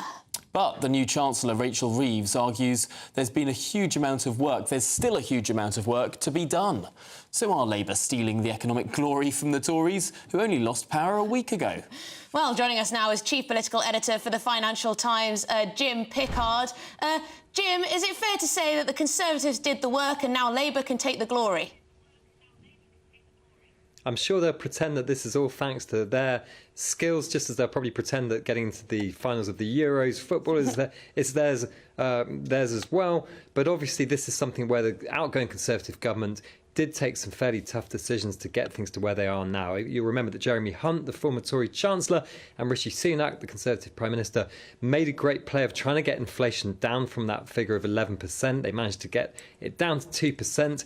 And also we have this economic growth, and it's all coinciding with the moment at which they get ejected from power. But politics is not fair. It's never been fair. And this really reminds me of 1997 when Tony Blair's Labour Party won that election again with a landslide, very similar situation then, and they inherited an economy which was just starting to pick up and it was starting to grow, and that Labour administration under Tony Blair was able to take the political credit for the growing economy, which wasn't necessarily thanks to them at all. Although I suppose the big difference there, Jim, is that in 1997, Tony Blair never complained about the inheritance he was given. In fact, perhaps he rather remarked on just how rosy the United Kingdom was doing in economic terms then. Very, very different now. The Labour Party are saying that they've inherited a complete basket case of an economy. Everything's terrible, way worse than they could ever have imagined. But inflation's at 2%. Growth's expected to be the highest in the G7 next year, and the deficit, compared to where it was in 2009-2010, is almost negligible. Yes, the debt is high, but the deficit is much, much lower than it was 14 years ago. Is this inheritance actually all that bad? So I think there's a really key point to make here. And that's that you have different elements of the economy. And if you look at the economy in terms of unemployment, GDP growth, inflation, of course, on all of those fronts, the economy is looking really, really rosy. But there are two other things to look at here. The first one is how do people's personal household finances feel? And on that one, interest rates are, of course, still at a record high. We've not had interest rate cuts yet. And one thing that might occur as a result of these really strong GDP figures that have come through today is that we might not get those interest rate cuts quite as quickly as people had hoped. And those interest rate cuts might not happen as steeply as we hoped as well. And what that basically means is that people on mortgages are still going to be feeling the pain when they come off their fixed rate mortgages and they go on to new fixes or they go on to floating variables. And this is one of the reasons why Jeremy Hunt didn't think it was worth waiting for an autumn election, was because he figured there were about 135,000 people every month who would be coming off fixed rate mortgages and paying more. So household finances are still not necessarily in great shape. The second point where the economy may be rosy, but generally things are not, is the public finances. Now, Tom, you made the point about the annual deficit maybe not being as bad as it was in 2010. But yes, the overall amount of debt that the British government owes, 2010, when Liam Byrne left that sarcastic note about there's no money left, which was then leaked, the national debt was under 1 trillion. Not all of your viewers will know that under 14 years of Conservative government, that total debt has gone up to nearly £3 trillion. And that is an uncomfortable position to be in when interest rates are no longer at rock bottom, where interest rates are around 5% at the moment. And just the repayments on that debt are huge. Bringing us back down to earth with a bump there. Thank you, Jim. But can I get your view on the Energy Secretary, Ed Miliband, in the papers today that he's ordered no new drilling in the North Sea. What impact might that have on our economic growth? So this is something that shouldn't totally come as a surprise, in the sense that it was a manifesto commitment by the Labour Party that they would allow oil and gas companies with existing licences in the North Sea to carry on and drill those, and yet there would be a moratorium on new licences issued for oil and gas in that basin. Now, the reason things are a little bit interesting today is because there's been a bit of uncertainty about whether, if you were an oil and gas company taking part in the 33rd licensing round from the North Sea Transitional Authority, i.e. there's a handful of companies that were hoping to get a couple of applications under the wire before Labour got in. There's a bit of uncertainty about what will happen to them. I think it's clear that Labour wants to stop them. We're not talking about a huge number of applications here. We were talking about, the Telegraph claimed it was around 35. I'm told it's more like 5, which now could still be stopped. I think there is a genuine debate here to be had, which is, Labour wants to stop drilling in the North Sea because it's worried about climate change. The problem they have is that Britain will still be using huge amounts of oil and gas for the next 20 or 30 years. Even under net zero 2050, the country still needs to use fossil fuels. So what will happen instead is that we will be importing them from other countries instead. And for the Labour government that's just come in, it's very important to send out a signal around the world that Britain stopped drilling. But if we're still buying oil and gas from elsewhere, if we're having to pay the extra expense and carbon cost of carrying it from the Middle East or wherever else, there is a genuine economic and intellectual debate about, is this a good idea or not? There'll be a fascinating one as time goes on, that potentially all of these imports from fracked gas from the United States of America, sending our money over there so that they can send their gas over here. I suppose many people might ask, why aren't we making that ourselves? But Jim Pickard, Deputy Political Editor of the Financial Times, really appreciate your thoughts on those two big issues. It's always the way, isn't it? Have you thought through the consequences of these policies? But yes, 5 licences would be a lot fewer than 35. So we'll have to find out what the real number is. But has Hollywood turned against Joe Biden? Famous actors George Clooney, Michael Douglas, they say it's time for Biden to drop out of the presidential race. Ooh, who's next? That's after the short break.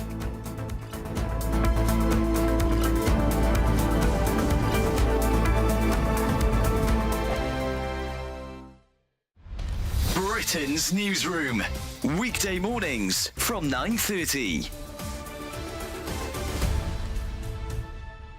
Well, we've got quite an extraordinary story to talk to you about now, because a triple amputee war hero is launching a bid to become the first to sail across the Pacific Ocean non-stop, solo and unsupported.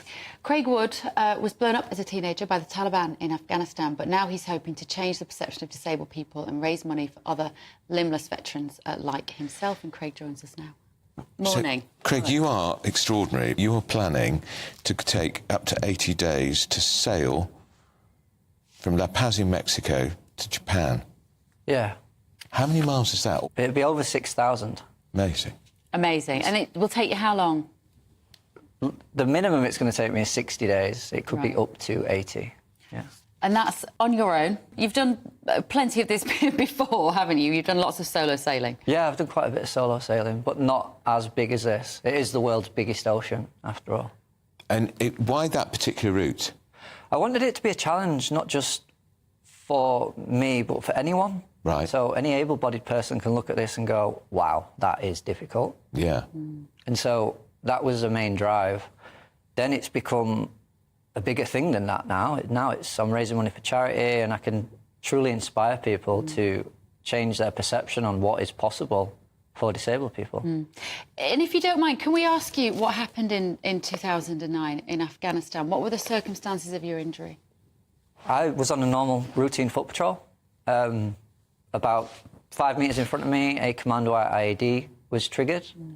And subsequently, I became a triple amputee. Both legs above the knee, left hand at the wrist, facial injuries, etc., etc. The People's Channel. I'm Michael Portillo. This is GB News, the People's Channel, Britain's news channel. I'm Mark Dolan, and this is GB News, the People's Channel, Britain's news channel.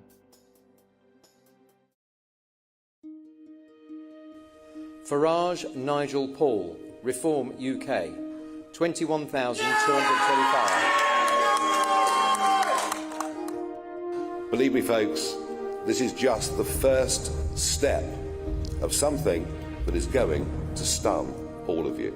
This Monday at 7 p.m, GB News welcomes the return of Nigel Farage, MP, only on GB News, Britain's news channel.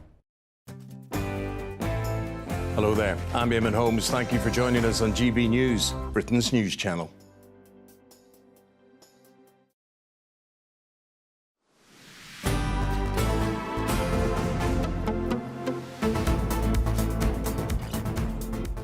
Good afternoon, Britain. It's coming up to 10 minutes to 2. And has Hollywood turned on Joe Biden? Well, major Democratic fundraiser George Clooney certainly has. Yes, so he's called for the president to step down, saying that he is no longer the same person who won the White House in 2020. Cutting words. But he's not the only one, no, not the only big star to share those concerns. Michael Douglas has also called for Joe Biden to drop out of the race for re-election. Well, you know it's all over when the movie stars come out against you. But the president is now trying to quell age concerns, as at least 9 Democratic members of the House of Representatives have also appealed for him to withdraw. It all seems to be closing in on the president. There's a drip, drip, drip effect, but could it turn into a flood? Thomas Gift is the founding director of the UCL Centre on US Politics and joins us now. Thomas, things are getting worse for the president.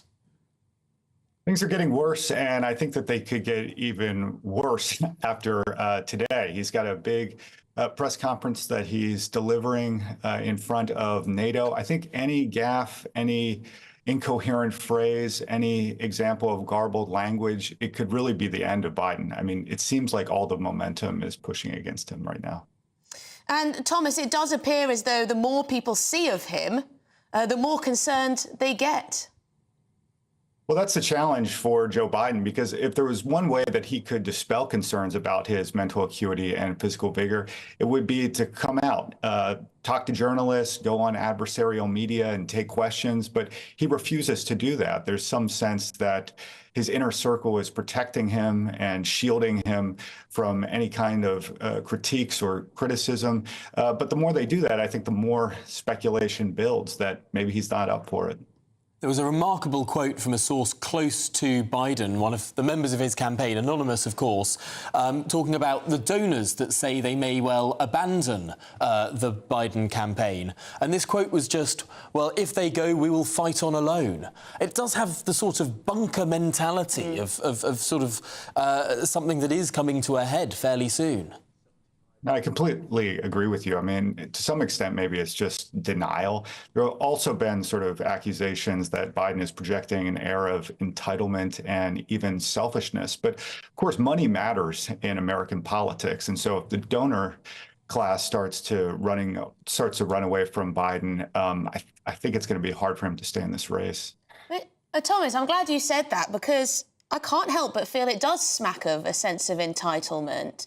It appears as though he's letting down his party. One might argue he's letting down his country by continuing in his pursuit at this election, in the pursuit of power. Also, those who fear a Donald Trump presidency, he's making that far more likely.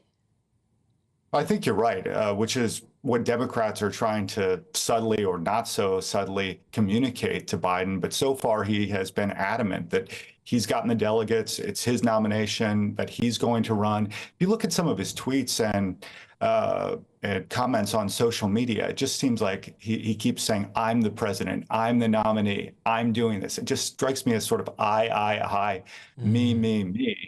And I think nowhere in those conversations there's sort of what's best for the Democratic Party, what's best for America more generally. And just quickly, finally, of course, we've seen those 9 members of the House say explicitly he has to go, but perhaps it's the other ones who are not saying so explicitly. Nancy Pelosi almost danced around the issue yesterday. Well, it's a challenge for Democrats because they want to communicate in some ways that Biden should get out of the race, but they know that Biden may not leave voluntarily. And so if that's the case, they're going to have to, race with Biden. And so they don't want to have to eat their words in a couple of months to say, well, you said that Biden wasn't fit and now you're campaigning for him. So it's a real challenge. Exactly that. Thomas, we don't have to leave it there, but thank you so much for your time. Thomas Gift, they're an expert on US politics. That's all for this hour. Stay with us. We'll be putting the fury behind potential water bill rises to campaigner Feargal Sharkey.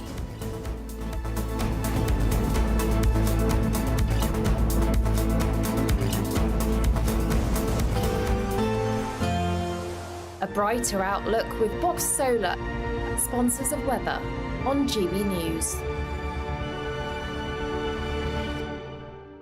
Hello, welcome to your latest GB News weather update. As we head through the rest of the day, it should stay dry for most of us. Still some sunshine to come this evening, but it will remain cloudier for central areas. We've still got the remnants of the rain from recent days in central areas, but from the west, high pressure is building in, and that means we'll see more in the way of that dry weather through the rest of the evening. But for the likes of Wales, much of the Midlands as well, staying quite dull and overcast through the rest of this evening. Though for many, it will remain dry overnight tonight, particularly across the south coast and some parts of Scotland as well. And where the skies remain the clearest overnight, temperatures could fall away in parts of Scotland as low as 2 or 3 degrees. So it could potentially be a bit of a fresher start. But for most of us, I think, with quite a lot of cloud around first thing, we'll be at around 11 or 12 degrees. Lots of cloud to come through Friday, particularly through the morning. We've got a northerly wind, so that means more cloud coming in to the far north of Scotland. We could see some rain as well, moving into the Western Isles and the Highlands later on through the morning. Still some sunshine, though, for Northern Ireland southwestern areas of Scotland, and it won't feel too bad in that sunshine. But where we are exposed to this northerly wind across the east coast, it's going to feel much fresher through the day on Friday. And there is a chance of some heavy outbreaks of rain through Friday through the south coast, particularly into the afternoon, but there is a chance in the morning as well. So quite a lot of cloud to come through Friday. It's going to be a fairly cool feeling day, but if you do get any sunshine, it will feel warm in that sunshine. So sunshine's most likely for parts of the central belt, some areas of the south coast here and there, but we'll also got a risk of some very heavy downpours and temperatures around the high teens to possibly the lower 20s in the far southeast. Friday evening sees this band of cloud and rain sink further southwards. Eastern areas of northern England probably seeing a bit of a damp end to the working week, but for most of us a mix of clear skies and sunny spells to end the day. On Saturday, a risk of showers moving in to the southwest once again, but it looks a little drier on Sunday. Bye-bye. That warm feeling inside from Boxed Boilers, sponsors of weather on GB News. Summer could be a scorcher with your chance to win £30,000 cash, our biggest cash prize to date. It's totally tax-free, which means you get to spend every single penny however you like. What plans would you make with an extra £30,000 cash in your bank account? Take your family on the ultimate holiday, buy that treat that's always seemed out of reach, or just put it in the bank for a later date. However you'd spend it, make sure you don't miss out. For another chance to win £30,000 in tax-free cash, text cash to 63232. Text costs £2 plus one standard network rate message. You can enter online at gbnews.com/win. Entries cost £2, or post your name and number to GB07 PO Box 8690 Derby DE1 9TT. UK only. Entrants must be 18 or over. Lines close at 5 p.m. on the 30th of August. Please check the closing time if listening or watching on demand. Good luck. I'm Christopher Hope. From pop stars to politicians, I'll interview anybody in a pub who's got a political opinion. Join me every Friday on Spotify, Apple Podcasts, YouTube or gbnews.com, or wherever you get your podcasts. This is GB News, the People's Channel. Join me, Nana Akwe, for an informative, interactive news programme with a difference. It's fun. It's true. You're not wrong. No one will be cancelled. Lovely. Join me from 3 p.m. every weekend, only on GB News, Britain's news channel. Hi there, I'm Michelle Dewberry, and I'm going to take a second to tell you all about my show, Dubes & Co. We start off with the issues of the day. We then bring in both sides of the arguments. We get rid of the disrespect. And then you throw me into the mix. And trust me, I'll tell it exactly how it is. And then, of course, the magic ingredient, you at home. We mix it all together, and what have we got? In my opinion, the best debate show in town. Monday to Friday, 6 till 7 on GB News, Britain's news channel. Are the newspapers getting you down? My wife didn't divorce me that month. Struggling to separate the wheat from the chaff? I know that it's a bit of a circus at the best of times. Well, don't worry. Headliners has got you covered. We'll take the burden of reading the day's news, and if we get depressed, who cares? It's an occupational hazard, frankly. That's Headliners on GB News from 11 p.m. till midnight, and the following morning, 5 till 6 a.m. on GB News, the comedy channel. Nah, just kidding. Britain's news channel. Join me, Neil Oliver, every Sunday night at 6 p.m. on GB News. And if an hour is not nearly enough for you, go to gbnews.com for special extended episodes online every Friday at 9 p.m, where we can truly get into the nitty-gritty of what's going on. GB News, Britain's news channel.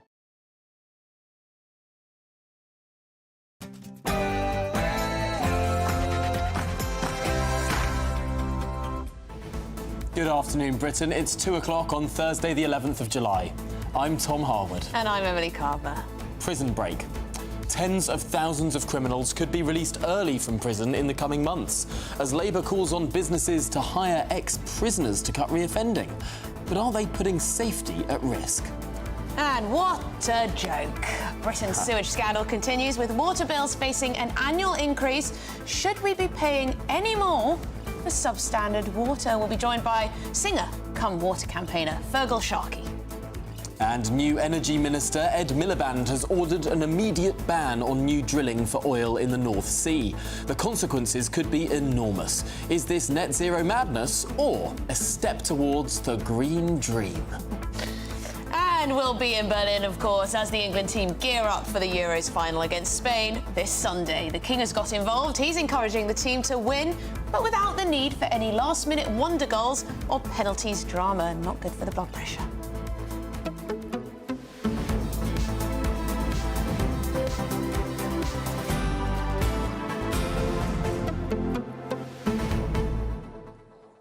And of course, send in your views and comments. Get to gbnews.com/your say is the way to get in touch. We're going to be talking to a former energy minister in just a moment, also a member of parliament in North East Scotland, because that's the part of the world that is going to be perhaps most affected by this decision from Ed Miliband to stop any new oil and gas licences in the North Sea. How much of Scotland's economy is still dependent on this industry? How many jobs could be lost? This is quite a prosperous area of Scotland where we'll be heading, and it's prosperous in large part because of this huge industry. Will some of these businesses be forced to up tools and go off to other parts of the world where there aren't such strict regulations and where you can drill more? Is this actually going to have a positive impact on net zero, on climate change, on the environment? Or is this just ideology over pragmatism? I'm old enough to remember when Alex Salmond stood there before the Scottish people in 2014 and says, everything in your wildest independence dreams could be paid for by oil and gas. I wonder if many politicians on the centre-left are still saying that. It seems like a very, very long time ago now. But yes, no new oil and gas licences being granted in the North Sea at all under this government. It's a pretty huge step. It's quite a remarkable thing. Of course, it was in the Labour Party manifesto. They did win the election, fair and square, a big majority in the House of Commons, and now that majority is implementing this policy. Well, quite. Get in touch, gbnews.com/your say. We'll get to some of your views very quickly, but it's your headlines with Tamsin.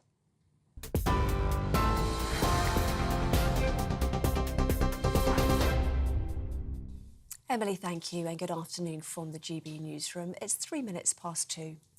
2 suitcases believed to contain human remains have been found following reports of a man acting suspiciously on Bristol's Clifton Suspension Bridge. Officers were alerted and arrived within 10 minutes, but the man had already fled, leaving 1 suitcase behind. A second was found nearby. Police say the man was initially taken to the bridge in a taxi, and the driver is helping police with their inquiries. The bridge is now closed and an investigation is underway to locate the man and identify the deceased. Close friends of Carol Hunt say they are together in grief after she was killed alongside 2 of her daughters in a crossbow attack in Hertfordshire. They were speaking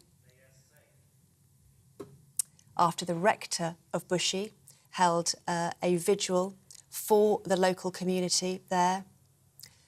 Friends and family have paid tribute to the victims, who were the wife and daughters of BBC racing commentator John Hunt, and who were attacked at their home in Bushey.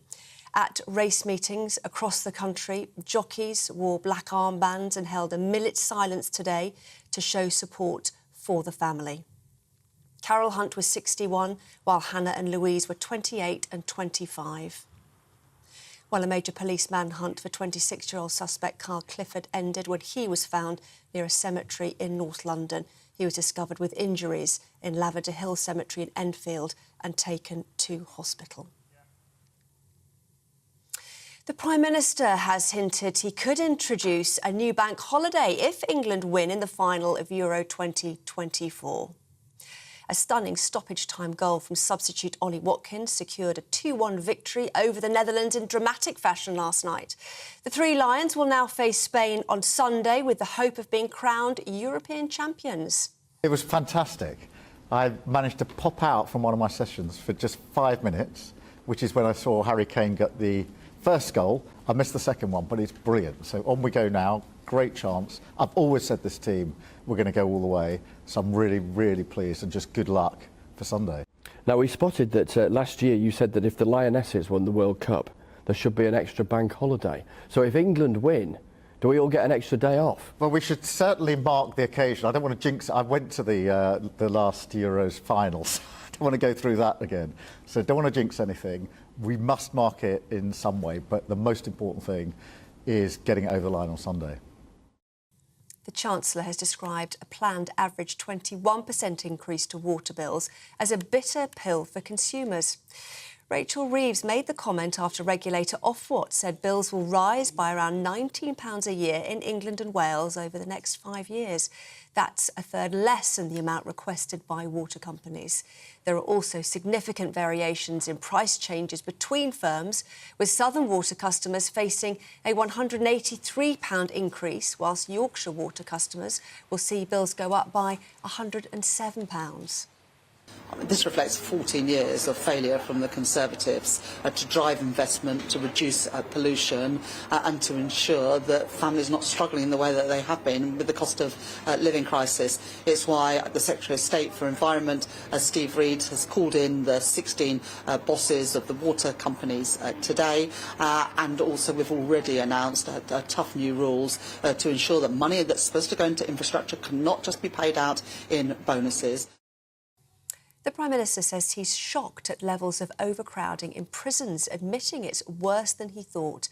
It comes after his Home Secretary, Yvette Cooper, warned there was no quick fix to easing pressure on prison space. The government is believed to be considering freeing more criminals after serving just 40% of their sentence to ease pressure on prison capacity. Sir Keir is expected to authorise the emergency measures this week. The government is set to launch what it calls a warts-and-all independent investigation into the performance of the NHS. Health Secretary Wes Streeting says the report aims to diagnose the problem so the government can write the prescription. The investigation will be led by former Health Minister Lord Darzi, who's been asked to tell hard truths. Mr Streeting says the review will provide patients, staff and himself with a full and frank assessment. The King and Queen have visited the Senedd to mark its 25th anniversary. They were greeted by First Minister Vaughan Gething, along with party and parliamentary leaders. The King marked the occasion with a speech, which he began in Welsh, before meeting community members who've contributed to key moments in the Senedd's history. Charles and Camilla last visited the Welsh Parliament in September 2022, when they received a motion of condolence following the death of the late Queen. Well, those are the latest GB News headlines. For now, I'm back in half an hour. For the very latest GB News direct to your smartphone, sign up to News Alerts by scanning the QR code or go to gbnews.com/alerts.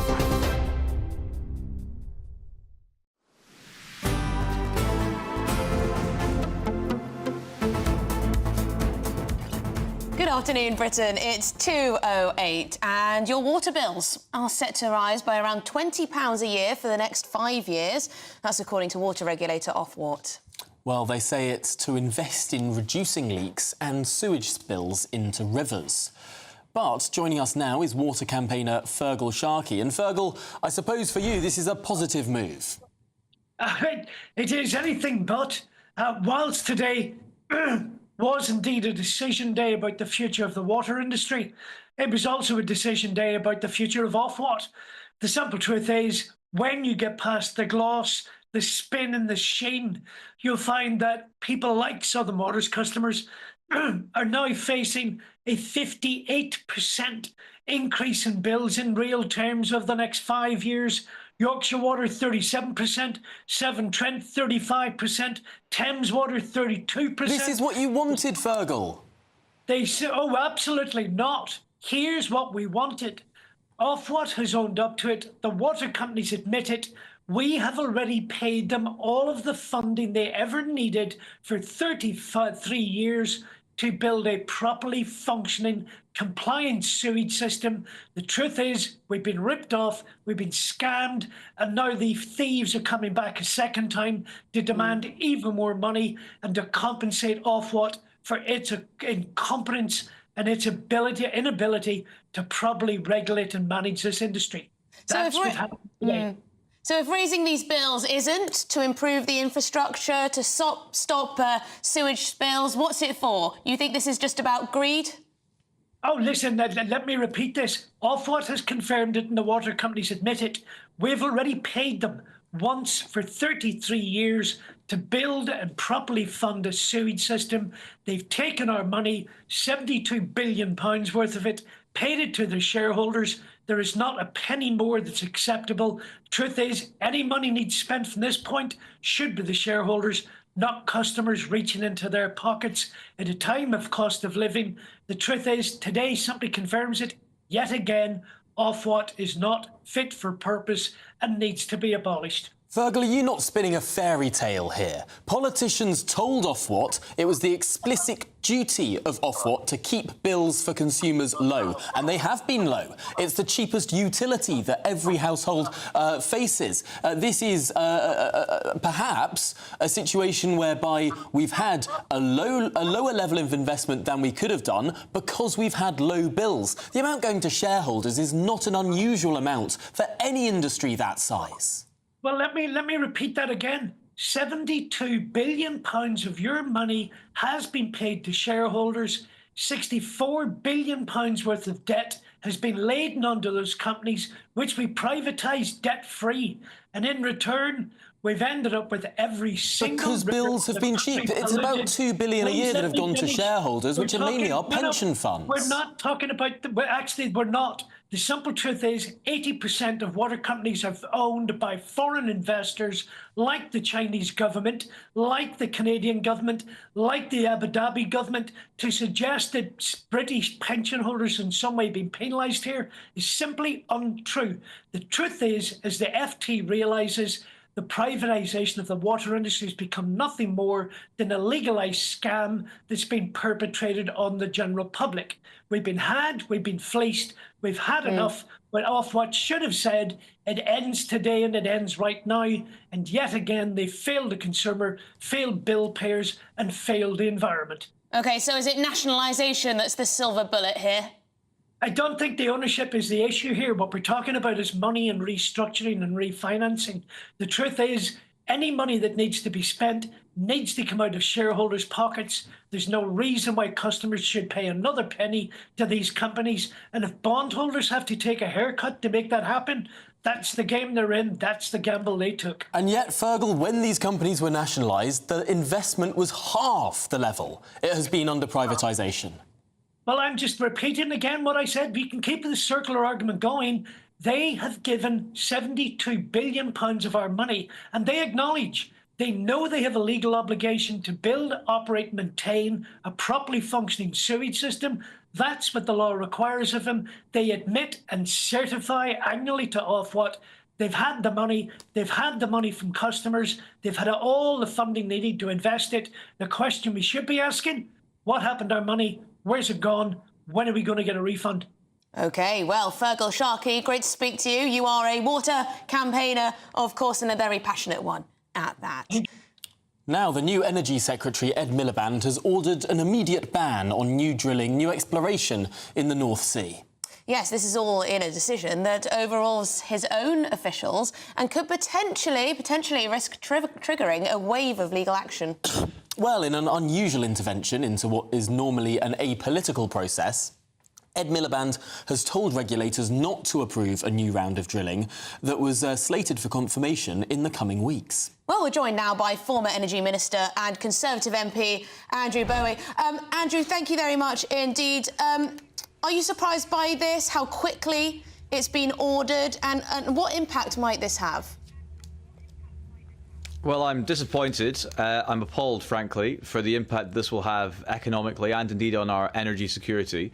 I'm worried for the jobs of my constituents and indeed the jobs of tens of thousands of others in and around the northeast of Scotland and indeed across the United Kingdom. But I'm not surprised. We saw this coming. Labour are quite clear that they are anti our oil and gas industry. They give no regard to our energy security. We warned that this would have an impact, and we warned that this would be what would happen if Labour won the election because of their manifesto commitment to stop all new licences in the North Sea. However, for the new Secretary of State to intervene like this against official advice, when millions of pounds has been spent by private companies and indeed civil service hours spent getting these new licences ready to go, for him to intervene and stop this going ahead is frankly madness, economic illiteracy, environmental nonsense, and utter madness when it comes to the wider economic picture of our country. And yet, Andrew Bowie, you rightly say this was in the Labour Party manifesto. I've got it before me here, page 52, where it says we'll not be issuing new licences to explore new fields because it will only be sold on international markets and they'll only accelerate the worsening climate crisis. Those are the two reasons the Labour Party give for not granting these new licences.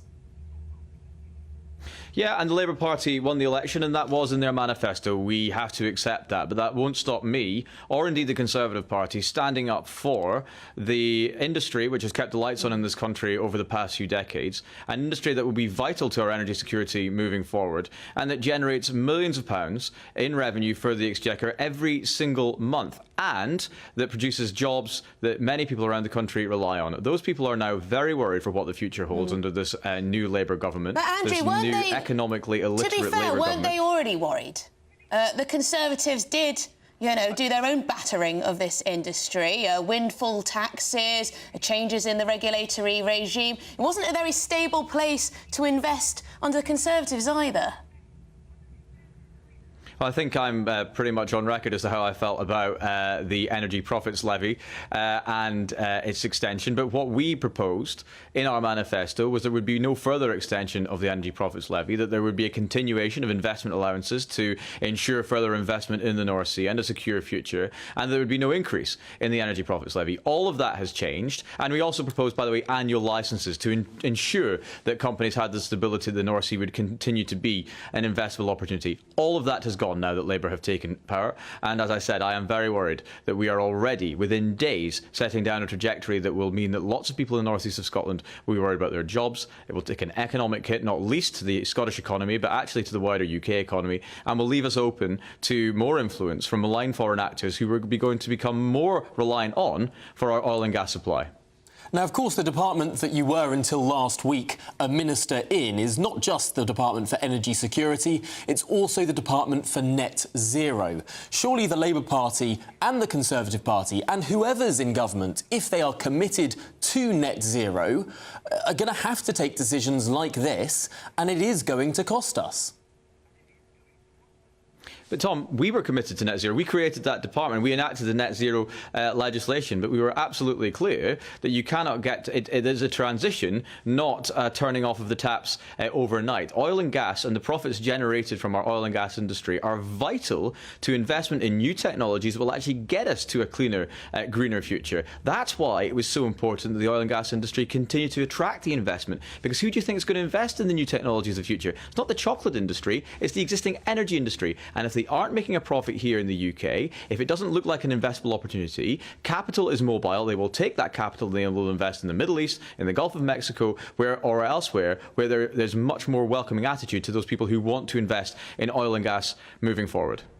And this is real people's lives, isn't it? Aberdeen, the surrounding area, very dependent on this industry. Will that area of Scotland become a less prosperous and less desirable place to live?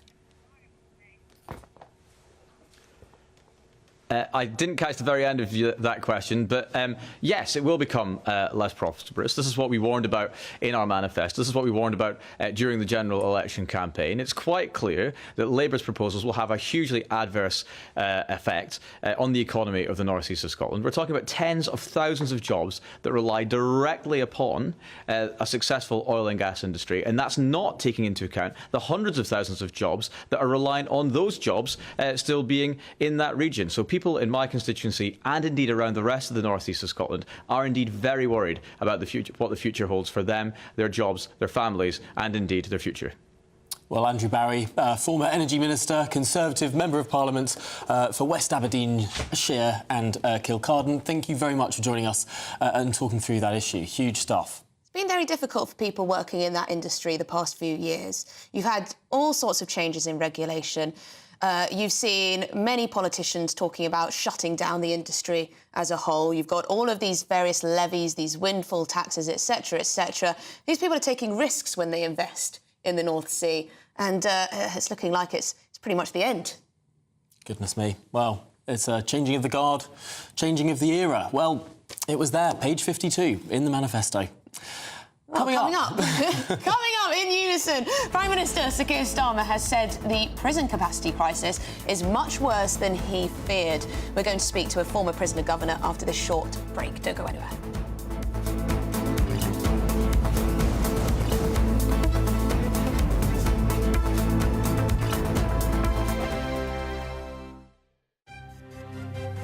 GB News Breakfast, every day from 6 a.m.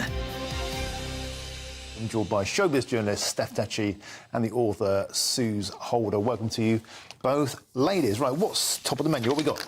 Oh, well, we've got this story about Elvis Presley and his blue suede shoes, Susan. Yes, well, I am a huge, huge Elvis fan. Me too. And if I don't get home and find those blue suede shoes kind of wrapped up for me, waiting for me, but they did go for £120,000, so possibly they won't be waiting for me, but oh my goodness, what a thing that somebody has actually managed to get those. So, yeah, so Elvis is obviously famous for an awful lot of things, but he did bring blue suede shoes out in the 1950s. He wore these shoes and they were auctioned at a place in Devizes yesterday. So I do just think it's key memorabilia for somebody who's an Elvis fan. There is an Elvis exhibition, do you know, at the moment. Have you been to that yet? No, where is it? You should get yourself down there. It's at London Bridge, and lots of things from Graceland are actually on exhibition there. So the blue suede shoes won't be there because they'll be. We don't know who's bought the owner. Somebody will have bought them. But his gold suit, which is also a very, very famous thing. He had a foil gold suit. Is that there at this display? It's there. How's Graceland? Is it good? I'd live there. You know what it is? It's an amazing place because you can visit so many places that people have been, or like you go to the White House, lots of presidents have been there, or you go to other places. This is a home. And although it's kind of wacky, crazy, amazing, it does feel like a family home. There's not many places you can visit that is so connected to a person. Elvis Presley, blue suede shoes. If you're minted, 120 grand for a pair of those, that's a snip. I think it is.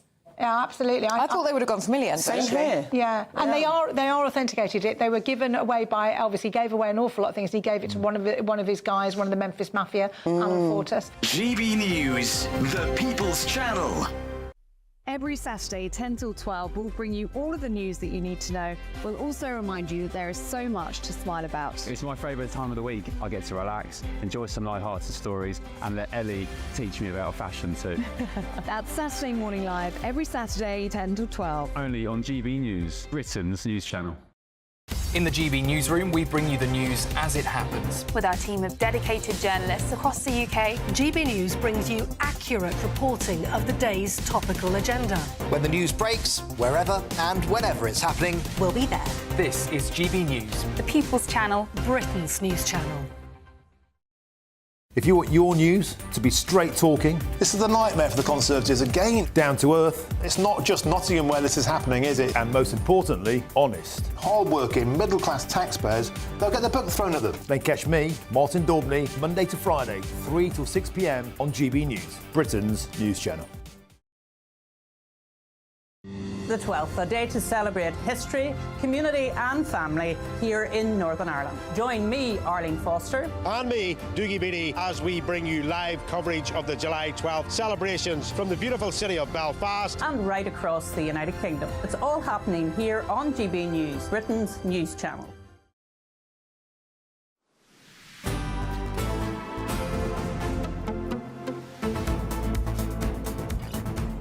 Good afternoon, Britain. It's 24 minutes past 2. Prime Minister Sir Keir Starmer has said the prison capacity crisis is much worse than he feared. Yes, this is as his government prepares to release tens of thousands of inmates early in a bid to prevent jails becoming full. Well, he's expected to authorise emergency measures this week, which could see criminals automatically freed after serving just 40% of their sentence. Well, we're joined now by retired prison governor Vanessa Frake. Vanessa, surely this is a recipe for disaster? Good afternoon to you both.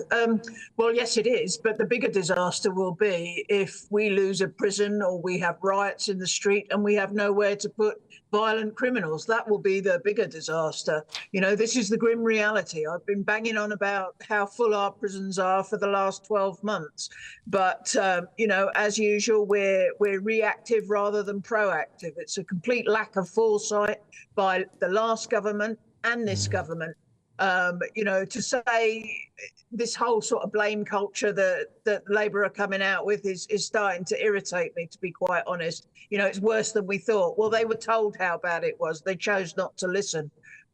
So, you know, we are where we are. What I do hope is that those that are released early are monitored, are fit for release, i.e. their resettlement plans are in place. They've got home, possibly work, support systems on the outside. And that they adhere to the conditions of their licence. Yes, they'll be freed from prison, but they still will be on licence, and that those licences will have can have any manner of conditions that must be met, i.e. stay away from alcohol, stay away from drugs, curfews, maybe even not to contact victims. But yes, I mean, you know, it is a worrying time. But don't forget, Labour let out about 81,000 prisoners between 2007 and 2010 when we were in exactly the same position that we are now. It is remarkable, Vanessa, but looking at the statistics is perhaps even more shocking. That of those who serve less than a year as their sentence, more than half go on to re-offend, and that's be charged with re-offence. Perhaps it's even more than half who do so undetected. This is potentially going to be a dangerous time for people in the United Kingdom. Well, yes, it is. I mean, you know, we have got the statistics, we've got the information that says, you know, 12 months and under do not work as a deterrent to commit crime. All you do is you take away everything that somebody has, their home, their work, their support systems. You put them in prison for 6 months because that's how much they'll do out of a 12-month sentence. But you give them 6 months with hardened criminals. So they go out with nothing and then they commit crime. And that is the long and the short of it. 12-month sentence in prison do not work. And Vanessa, the Labour government are also talking about encouraging more businesses and the like to hire offenders, those who've come out of prison, they've served their time, and give them jobs. Surely, on the face of it, that's a positive move. Well, yes, it is. I mean, and there are many, many companies. Greggs is just the most recent one, I think, that has signed up to that. You've got Timpson's, who has worked with prisons for a long, long time, hiring ex-offenders. Obviously, they're risk assessed, they're specific types of prisoners. But yes, they're giving somebody a chance. And surely having a job, having a home, having a family life is the key to not committing further crime. And yet so often we do see such a small proportion of people, sort of serial criminals who go in and out of prison for their whole lives, committing more and more crime. The journalist Ed West recently compiled a huge list, and it's really quite horrific to read. People who are arrested and imprisoned for rape, they're let out and then they murder. I mean, this happens again and again and again. Do we need to have a pretty clear delineation here between violent criminals and non-violent criminals? Because I suppose it would be a much greater risk to society if we are to let out violent criminals early. Well, absolutely, it would. You know, I mean, let's look at what you've just said there, Tom. You know, if you've got a lot of prisoners who are convicted of violent offences, and you don't work with them, you don't help them to address their offending behaviour, and you let them out. Chances are, yes, they are going to offend again, and it will possibly get worse. And as a society, we need to decide who we're going to lock up, how long we're going to lock them up, and why we're going to lock them up. And I think that's something that, you know, it's going to be radical. It's going to be eye-opening. It's going to be, a lot of people are going to have a lot to say about it. But, you know, James Timpson is right when he says, you know, there's probably a third of prisoners who are locked up who actually shouldn't be, that their sentences should be better off done in the community. and serve the community that they've offended against. And I'm talking about non-violent offenders. Well, thank you very much indeed, Vanessa Frake. You're a retired prison governor. Really great to get your experience on this one. Thank you. It is... the thing is, the problem is, if you try differentiating between different criminals, I mean, that sounds sensible, but also then we kind of forget that low-level crime. What is low-level crime? You know, and there does has it to lead be to something else? Yeah, is it a gateway to more violent crimes? Anyway, coming up, the daddy of Downing Street. Well, who is the daddy of Downing Street? Apparently it's a nickname for the new Prime Minister. But are we objectifying Keir Starmer just 1 week into his new role? You won't believe what's been written about, apparently, Mr Sexy Starmer.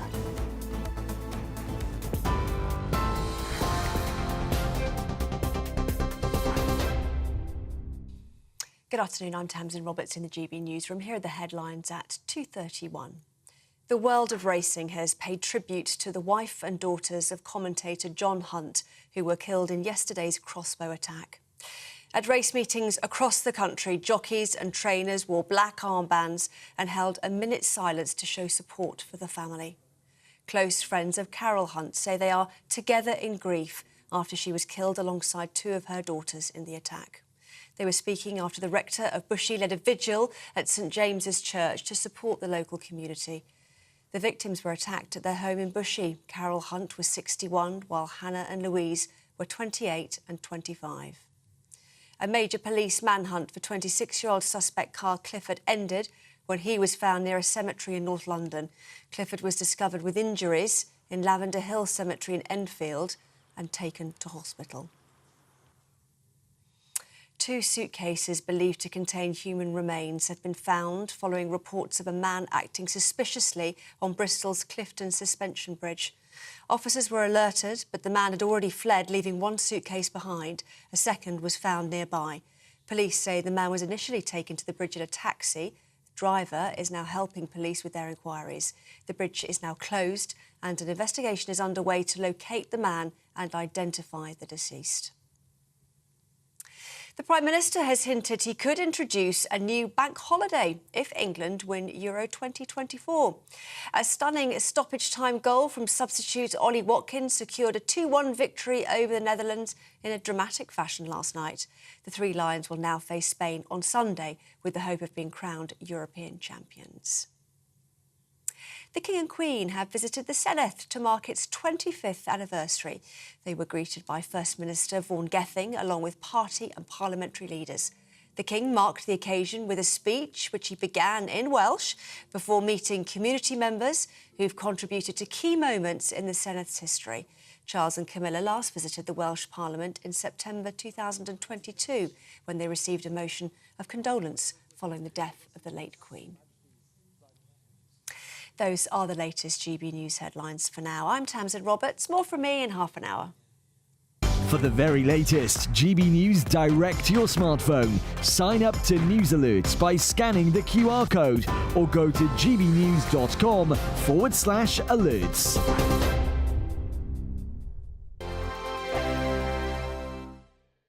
Hello, welcome to your latest GB News weather update. As we head through the rest of the day, it should stay dry for most of us. Still some sunshine to come this evening, but it will remain cloudier for central areas. We've still got the remnants of the rain from recent days in central areas, but from the west, high pressure is building in, and that means we'll see more in the way of that dry weather through the rest of the evening. But for the likes of Wales, much of the Midlands as well, staying quite dull and overcast through the rest of this evening.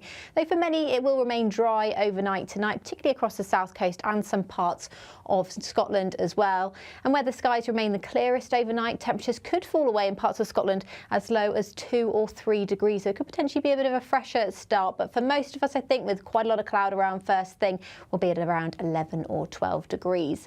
Lots of cloud to come through Friday, particularly through the morning. We've got a northerly wind, so that means more cloud coming in to the far north of Scotland. We could see some rain as well, moving into the Western Isles and the Highlands later on through the morning. Still some sunshine, though, for Northern Ireland southwestern areas of Scotland, and it won't feel too bad in that sunshine. But where we are exposed, this northerly wind across the east coast is going to feel much fresher through the day on Friday. And there is a chance of some heavy outbreaks of rain through Friday through the south coast, particularly into the afternoon, but there is a chance in the morning as well.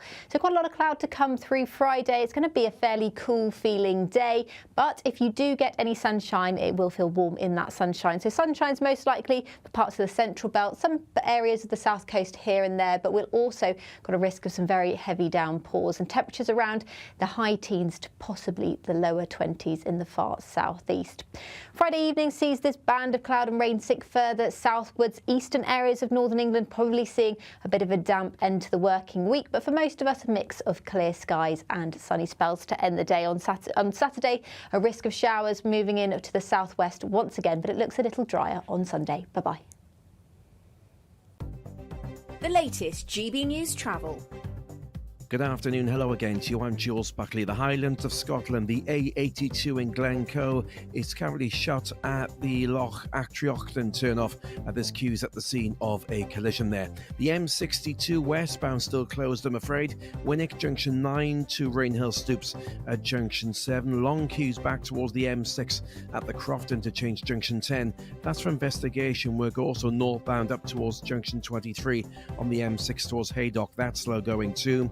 Now, if you're heading towards Eton Soken in Bedfordshire, the southbound A1, that's closed at the A428. Queuing back towards the Kimbolton turnoff. A bridge there has been hit by a vehicle. And Palmer's Green in London, the high road, the A105 shut both ways between Middleton Road and Lyndhurst Road and slow. That's due to a collision. That's the latest. You can stay up to date throughout the day by visiting our website, gbnews.com.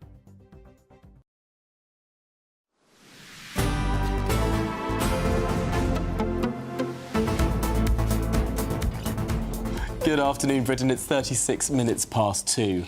Now, Martin Daubney is up next, and he joins us now. Martin, what's coming up on your show, and have you apologised to Gareth Southgate yet? Gareth Southgate should be thanking journalists like me because the scrutiny that we put upon them, the pressure we put upon them, galvanised the squad, just like it did in Italia 1990. Bobby Robson got more stick than any manager in history. Look what happened to him. He went on to become a legend. The same thing could happen with Gareth Southgate. Of course, we're looking ahead to Berlin. All roads lead to Berlin. We'll also sit down with Sir Keir Starmer in America. Our political editor Chris Hope asked him, can the Labour Party really be trusted with the special relationship? Bearing in mind, David Lammy has called the guy who might be the next president a fascist sympathiser. Sir Keir Starmer has already said there won't be a bank holiday if England do win the Euros, but we got Sir Keir Starmer to send a special message to Gareth Southgate's boys. That's coming up in the show. Labour has just stopped oil. Is anybody surprised? If you didn't see this come in, perhaps you weren't listening closely enough. I'll speak to the former Tory MP for Aberdeen, who says this will be disastrous for Scotland, disastrous for the country, and disastrous for everybody who pays bills, and that is all of us. I'll speak to an ex-con as well, who thinks it's a road to redemption, a perfect idea to hire previous convicts to give them a route back to a better life. That's all coming 3 till 6. Goodness me, sounds like a great show. I'll be staying tuned. Thank you very much, Martin. Have a good evening and afternoon. Well, goodbye, Dishy Rishi. Hello, sexy Starmer. The internet has been awash with claims that the new Prime Minister is the hottest stuff to grace number 10 since I don't know when. Since Dishy Rishi. Well, get this. He's been crowned a daddy by the internet, joining the ranks of other famous faces like Idris Elba, Pedro Pascal and George Clooney. Gosh, pass me the bucket. Anyway, is Sir Keir Starmer's newfound attention a good thing? Are people simply objectifying him? Or is this all rather sycophantic, fawning media coverage? Well, journalist and commentator Rebecca Reid joins us now. Rebecca, this happens quite often in our politics. We had the Millifandom with Miller Bay and Miliband. Did we? We did. That was 2015. You couldn't escape it. And then, of course, Dishy Rishi during COVID, and now sexy Starmer. I mean, what's going on with these journalists? I mean, I think the worst bit was when we all fancied Jeremy Corbyn briefly, and I look back at that and I don't know what that was about. Speak for yourself, Rebecca. Honestly, there was a period where I did find Corbyn quite attractive. It's very confusing to me how that happened. But yeah, I think there's a combination of factors here. I think power is always appealing. I think that when you get into a big job, you often get a bit of a glow up. A lot of people, particularly men, look great in an expensive suit. There's probably somebody at Downing Street who sends you to a proper barber, gets you a facial. So these men do tend to look good when they're in power, and it's appealing to be in power. And ultimately, I feel like we're all just in a slightly better mood this week, and we're all ready to be a little bit more, maybe amorous, a bit more enthusiastic about people, and Keir's reaping the benefit of that. Why do you think that is? Well, I think he certainly represents a kind of political optimism that we haven't felt for a while. And also, I think for a certain age group, he perhaps is a throwback to the Tony Blair era, where people may have been like more free and younger, maybe more active on the dating scene. So maybe the Labour spirit is bringing back that vibe of the 90s when people just snogged each other in nightclubs. Rebecca, there is no excuse for this. Caitlin Moran in The Times. Keir Starmer has turbocharged my arousal levels. I feel fruity. I mean, good grief. I mean, look, we've all written an article we didn't necessarily want to go viral, and I do feel for her because I don't think she wrote that headline. But I do think optimism does make you more. In my previous iteration of my career, I was a sex writer, and I've read a lot of research which suggested that the happier you are and the more optimistic you are, the more, I'm not going to use the word I want to use, the more enthusiastic you might feel about adult communion. So yeah, there is a sense of that. But I suppose the grown-up question would be, should we be objectifying Keir Starmer? Should we be calling him daddy? And my general answer to this is that men don't tend to negatively suffer for being called attractive in the workplace. Women sometimes do. When somebody is the PM, they're not likely to be a victim of being not promoted because they are too attractive. Therefore, Keir's all good. He can just enjoy basking in the compliments. But hang on, so would that be OK then if we had a fourth female Prime Minister and we started objectifying her and we had lots of male journalists suddenly writing about how sexy whoever the next female Prime Minister might be, if it was Angela Rayner or anyone else? I will regularly say that I think Priti Patel is stunning. I think her politics are horrific, but my God, the face card does not get declined. Oh, she looks good. She looks extraordinary. I think Angela Rayner I quite fancy Angela Rayner. I think she's very sexy. So I think it's okay to say it, but I think it's very different when these are like high-level politicians whose careers are not going to be negatively impacted. Angela Rayner's not going to be the shadow, the minister for whatever, because I said she's got great legs.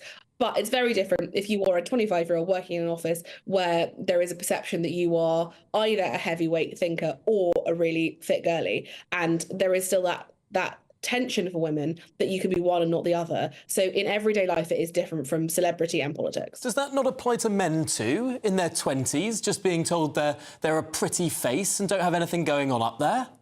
It doesn't seem to happen as much. So we know that from the metrics on what tends to get men promoted and paid more, fatherhood tends to get men paid more and bumped up, and being good looking tends to get men bumped up. There are absolutely issues of men grooming other men, but it is predominantly, again, from the complaints and the data we see, it's men doing it to men or women. It's not, generally speaking, there are rare cases, but generally speaking, women don't do that to more junior men. So yes, it does happen to men, but it's less often the case. And unfortunately, as a society, we're more able to hold the idea that a man can be sexy and competent, whereas we tend with women to think they can be one or the other, but not both. Yes, the kind of ditzy blonde stereotype, or she's, But sorry, not to be a bore, but perhaps something that is important about this is if all these journalists are writing these sycophantic columns about how sexy the Starmers are they really going to bother scrutinising the man in charge of our country? I think I'm perfectly capable of holding two things at one time. That were the Starmers to ask me if I wanted to come for dinner, I'd say yes. But also that I can still think about, do I think that closing the offshore oil was a good idea? Those things can both be true at the same time. But also, if I were Keir, I would be trying to lean away from this Keir mania that suddenly set in. The plodding gentleness of the election of he's all right, I guess we'll have him. That's better. That's a lot less far to fall. The British public love to build you up and then smack you down. And if I were him, I'd be like, nope, don't call me sexy. Leave me alone. Just let me do my job. They were indulging it, though, a little bit. There was a photo at the NATO summit with they were sort of holding hands. He was holding hands with his wife. It looked like a wedding photo. I mean, you can't hate them for being sexy people. That's not their fault. Oh, Rebecca, you're as bad as the lot I was mentioning. Thank you very much, Rebecca. Absolutely. Good stuff. Thank you for coming on. Journalist and commentator Rebecca Reid. Well, there is this rumour that a certain Mark Darcy in the Bridget Jones Diary book series is based off a human rights lawyer who was working in the late 90s and the early 2000s in real life, doing all sorts of international cases, stopping people getting the death penalty, defending people abroad, often working for free, who was seen as being a bit dashy, working out of Doughty Street chambers in London. There are rumours that Mark Darcy of Bridget Jones fame is based on Keir Starmer. Well, let's hope Keir Starmer has more emotional intelligence. Anyway, coming up, we've got football fever as England head into the Euros final on Sunday against Spain. We're going to be bringing you all the latest straight from Berlin. Stay with us.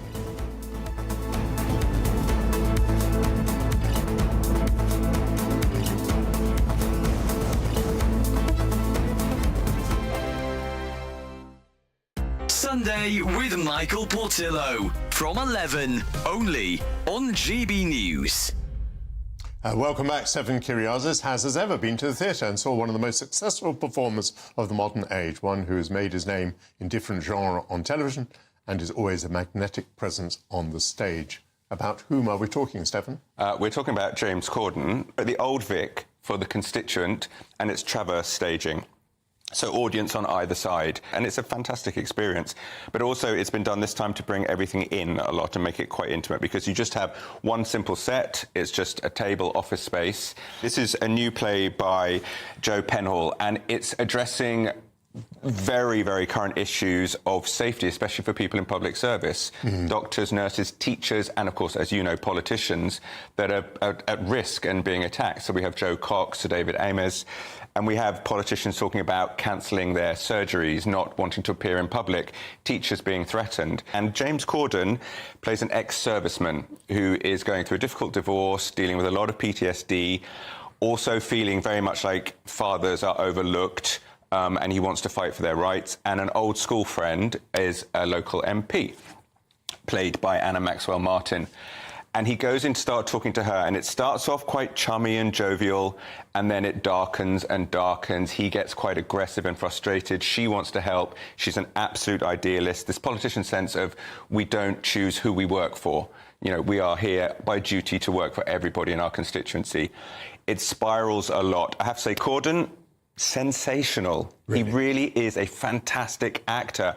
Of all of them, he's so natural, and he has the most difficult role where his character is shifting all the time and becomes potentially quite threatening and dangerous, but then there's also a beautiful catharsis at the end. The People's Channel. Hi there, I'm Michelle Dewberry, and I'm going to take a second to tell you all about my show, Dubes & Co. We start off with the issues of the day. We then bring in both sides of the argument. We get rid of the disrespect. And then you throw me into the mix. And trust me, I'll tell it exactly how it is. And then, of course, the magic ingredient, you at home. We mix it all together, and what have we got? In my opinion, the best debate show in town. Monday to Friday, 6 till 7 on GB News, Britain's news channel. Are the newspapers getting you down? My wife didn't divorce me that month. Struggling to separate the wheat from the chaff? I know that it's a bit of a circus at the best of times. Well, don't worry. Headliners has got you covered. We'll take the burden of reading the day's news, and if we get depressed, who cares? It's an occupational hazard, frankly. That's Headliners on GB News from 11 p.m. till midnight, and the following morning, 5 till 6 a.m. on GB News, the comedy channel. Nah, just kidding. Britain's news channel.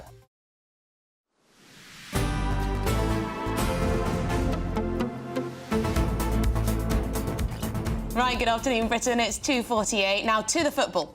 Ollie Watkins fired England into a second successive Euros final as his 90th minute strike secured a dramatic 2-1 win over the Netherlands in Dortmund last night. Well, Gareth Southgate's team were 1-0 down early on against the Dutch before Harry Kane equalised with a penalty.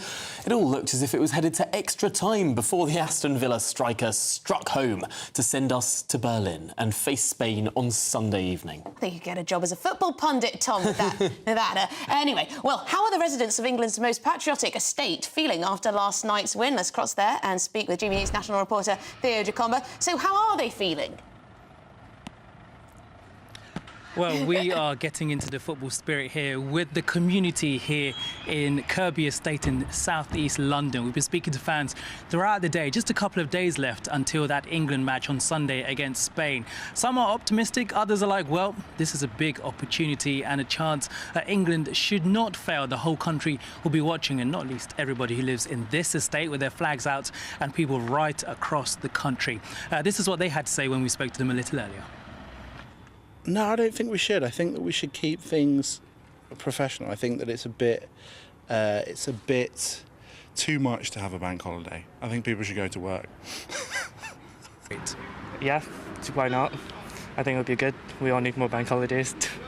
No, I'm retired, so I don't really care. No, keep the country going and pay for my pension.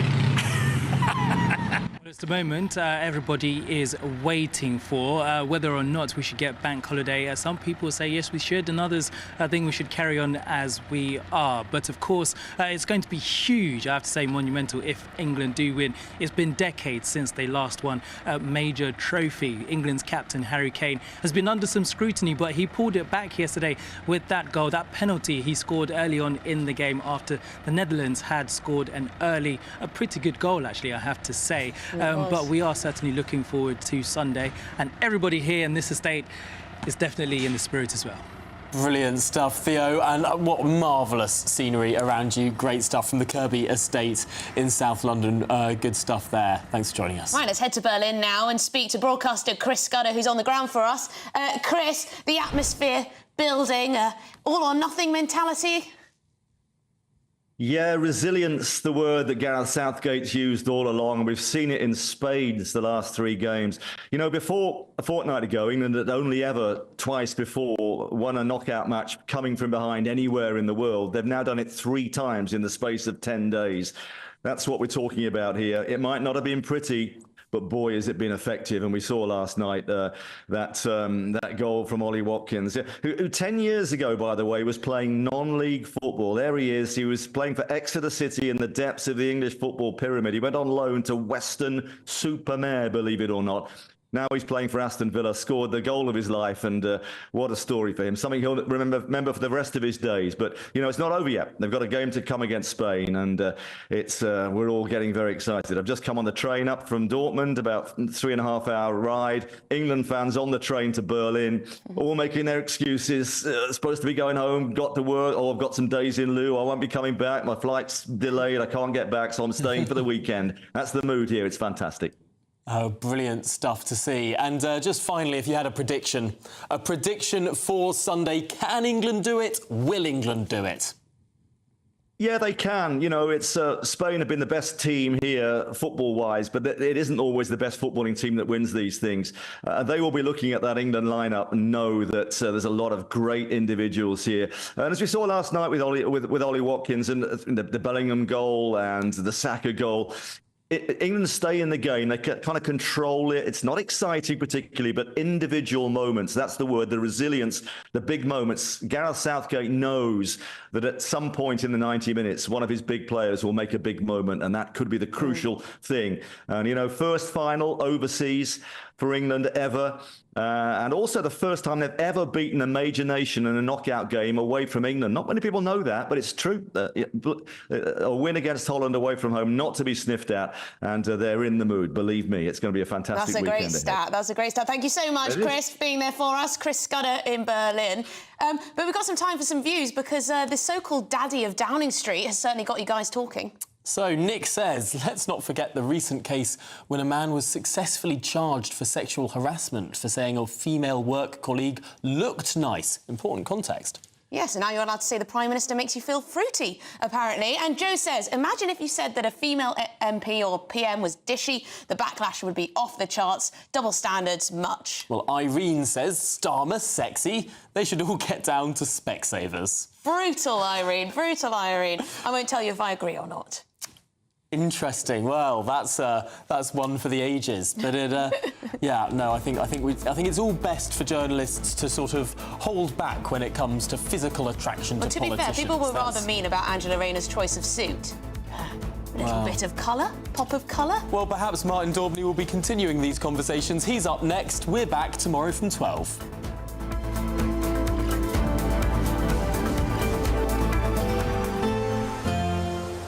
brighter outlook with Box Solar, sponsors of weather on GB News.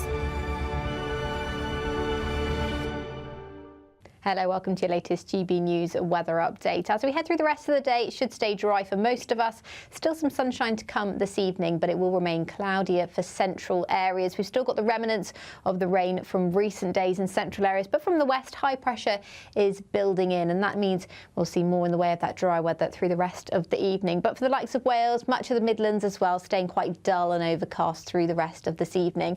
Though for many, it will remain dry overnight tonight, particularly across the south coast and some parts of Scotland as well.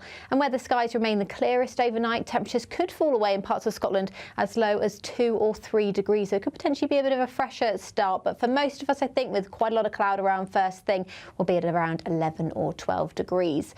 Lots of cloud to come through Friday, particularly through the morning. We've got a northerly wind, so that means more cloud coming in to the far north of Scotland. We could see some rain as well moving into the Western Isles and the Highlands later on through the morning. Still some sunshine though for Northern Ireland, southwestern areas of Scotland, and it won't feel too bad in that sunshine. But where we are exposed, this northerly wind across the east coast is going to feel much fresher through the day on Friday. And there is a chance of some heavy outbreaks of rain through Friday through the south coast, particularly into the afternoon, but there is a chance in the morning as well.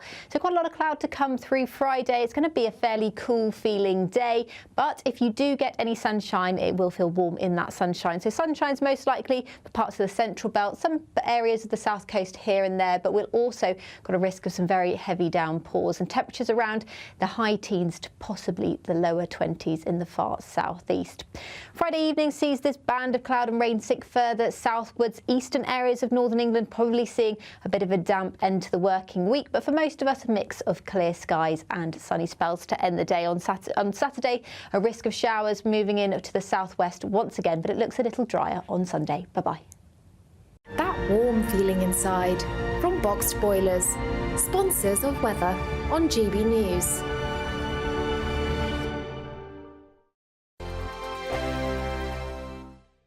£30,000 in cash has to be won. It's our biggest cash prize so far, and it could be yours. Phil was a winner. Listen to what he says about winning the Great British Giveaway. Hi, my name's Phil Cox. I just looked at my account and thought, oh my God, yeah, it's true, it's gone into my account. And if I can win it, anybody can win it. The next big winner could be you, with an extra £30,000 cash in your bank. For another chance to win £30,000 in tax-free cash, text CASH to 63232. Text costs £2 plus one standard network rate message. You can enter online at gbnews.com/win. Entries cost £2. Or post your name and number to GB07 PO Box 8690 Derby DE1 9TT. UK only. Entrance must be 18 or over. Lines close at 5 p.m. on the 30th of August. Please check the closing time if listening or watching on demand.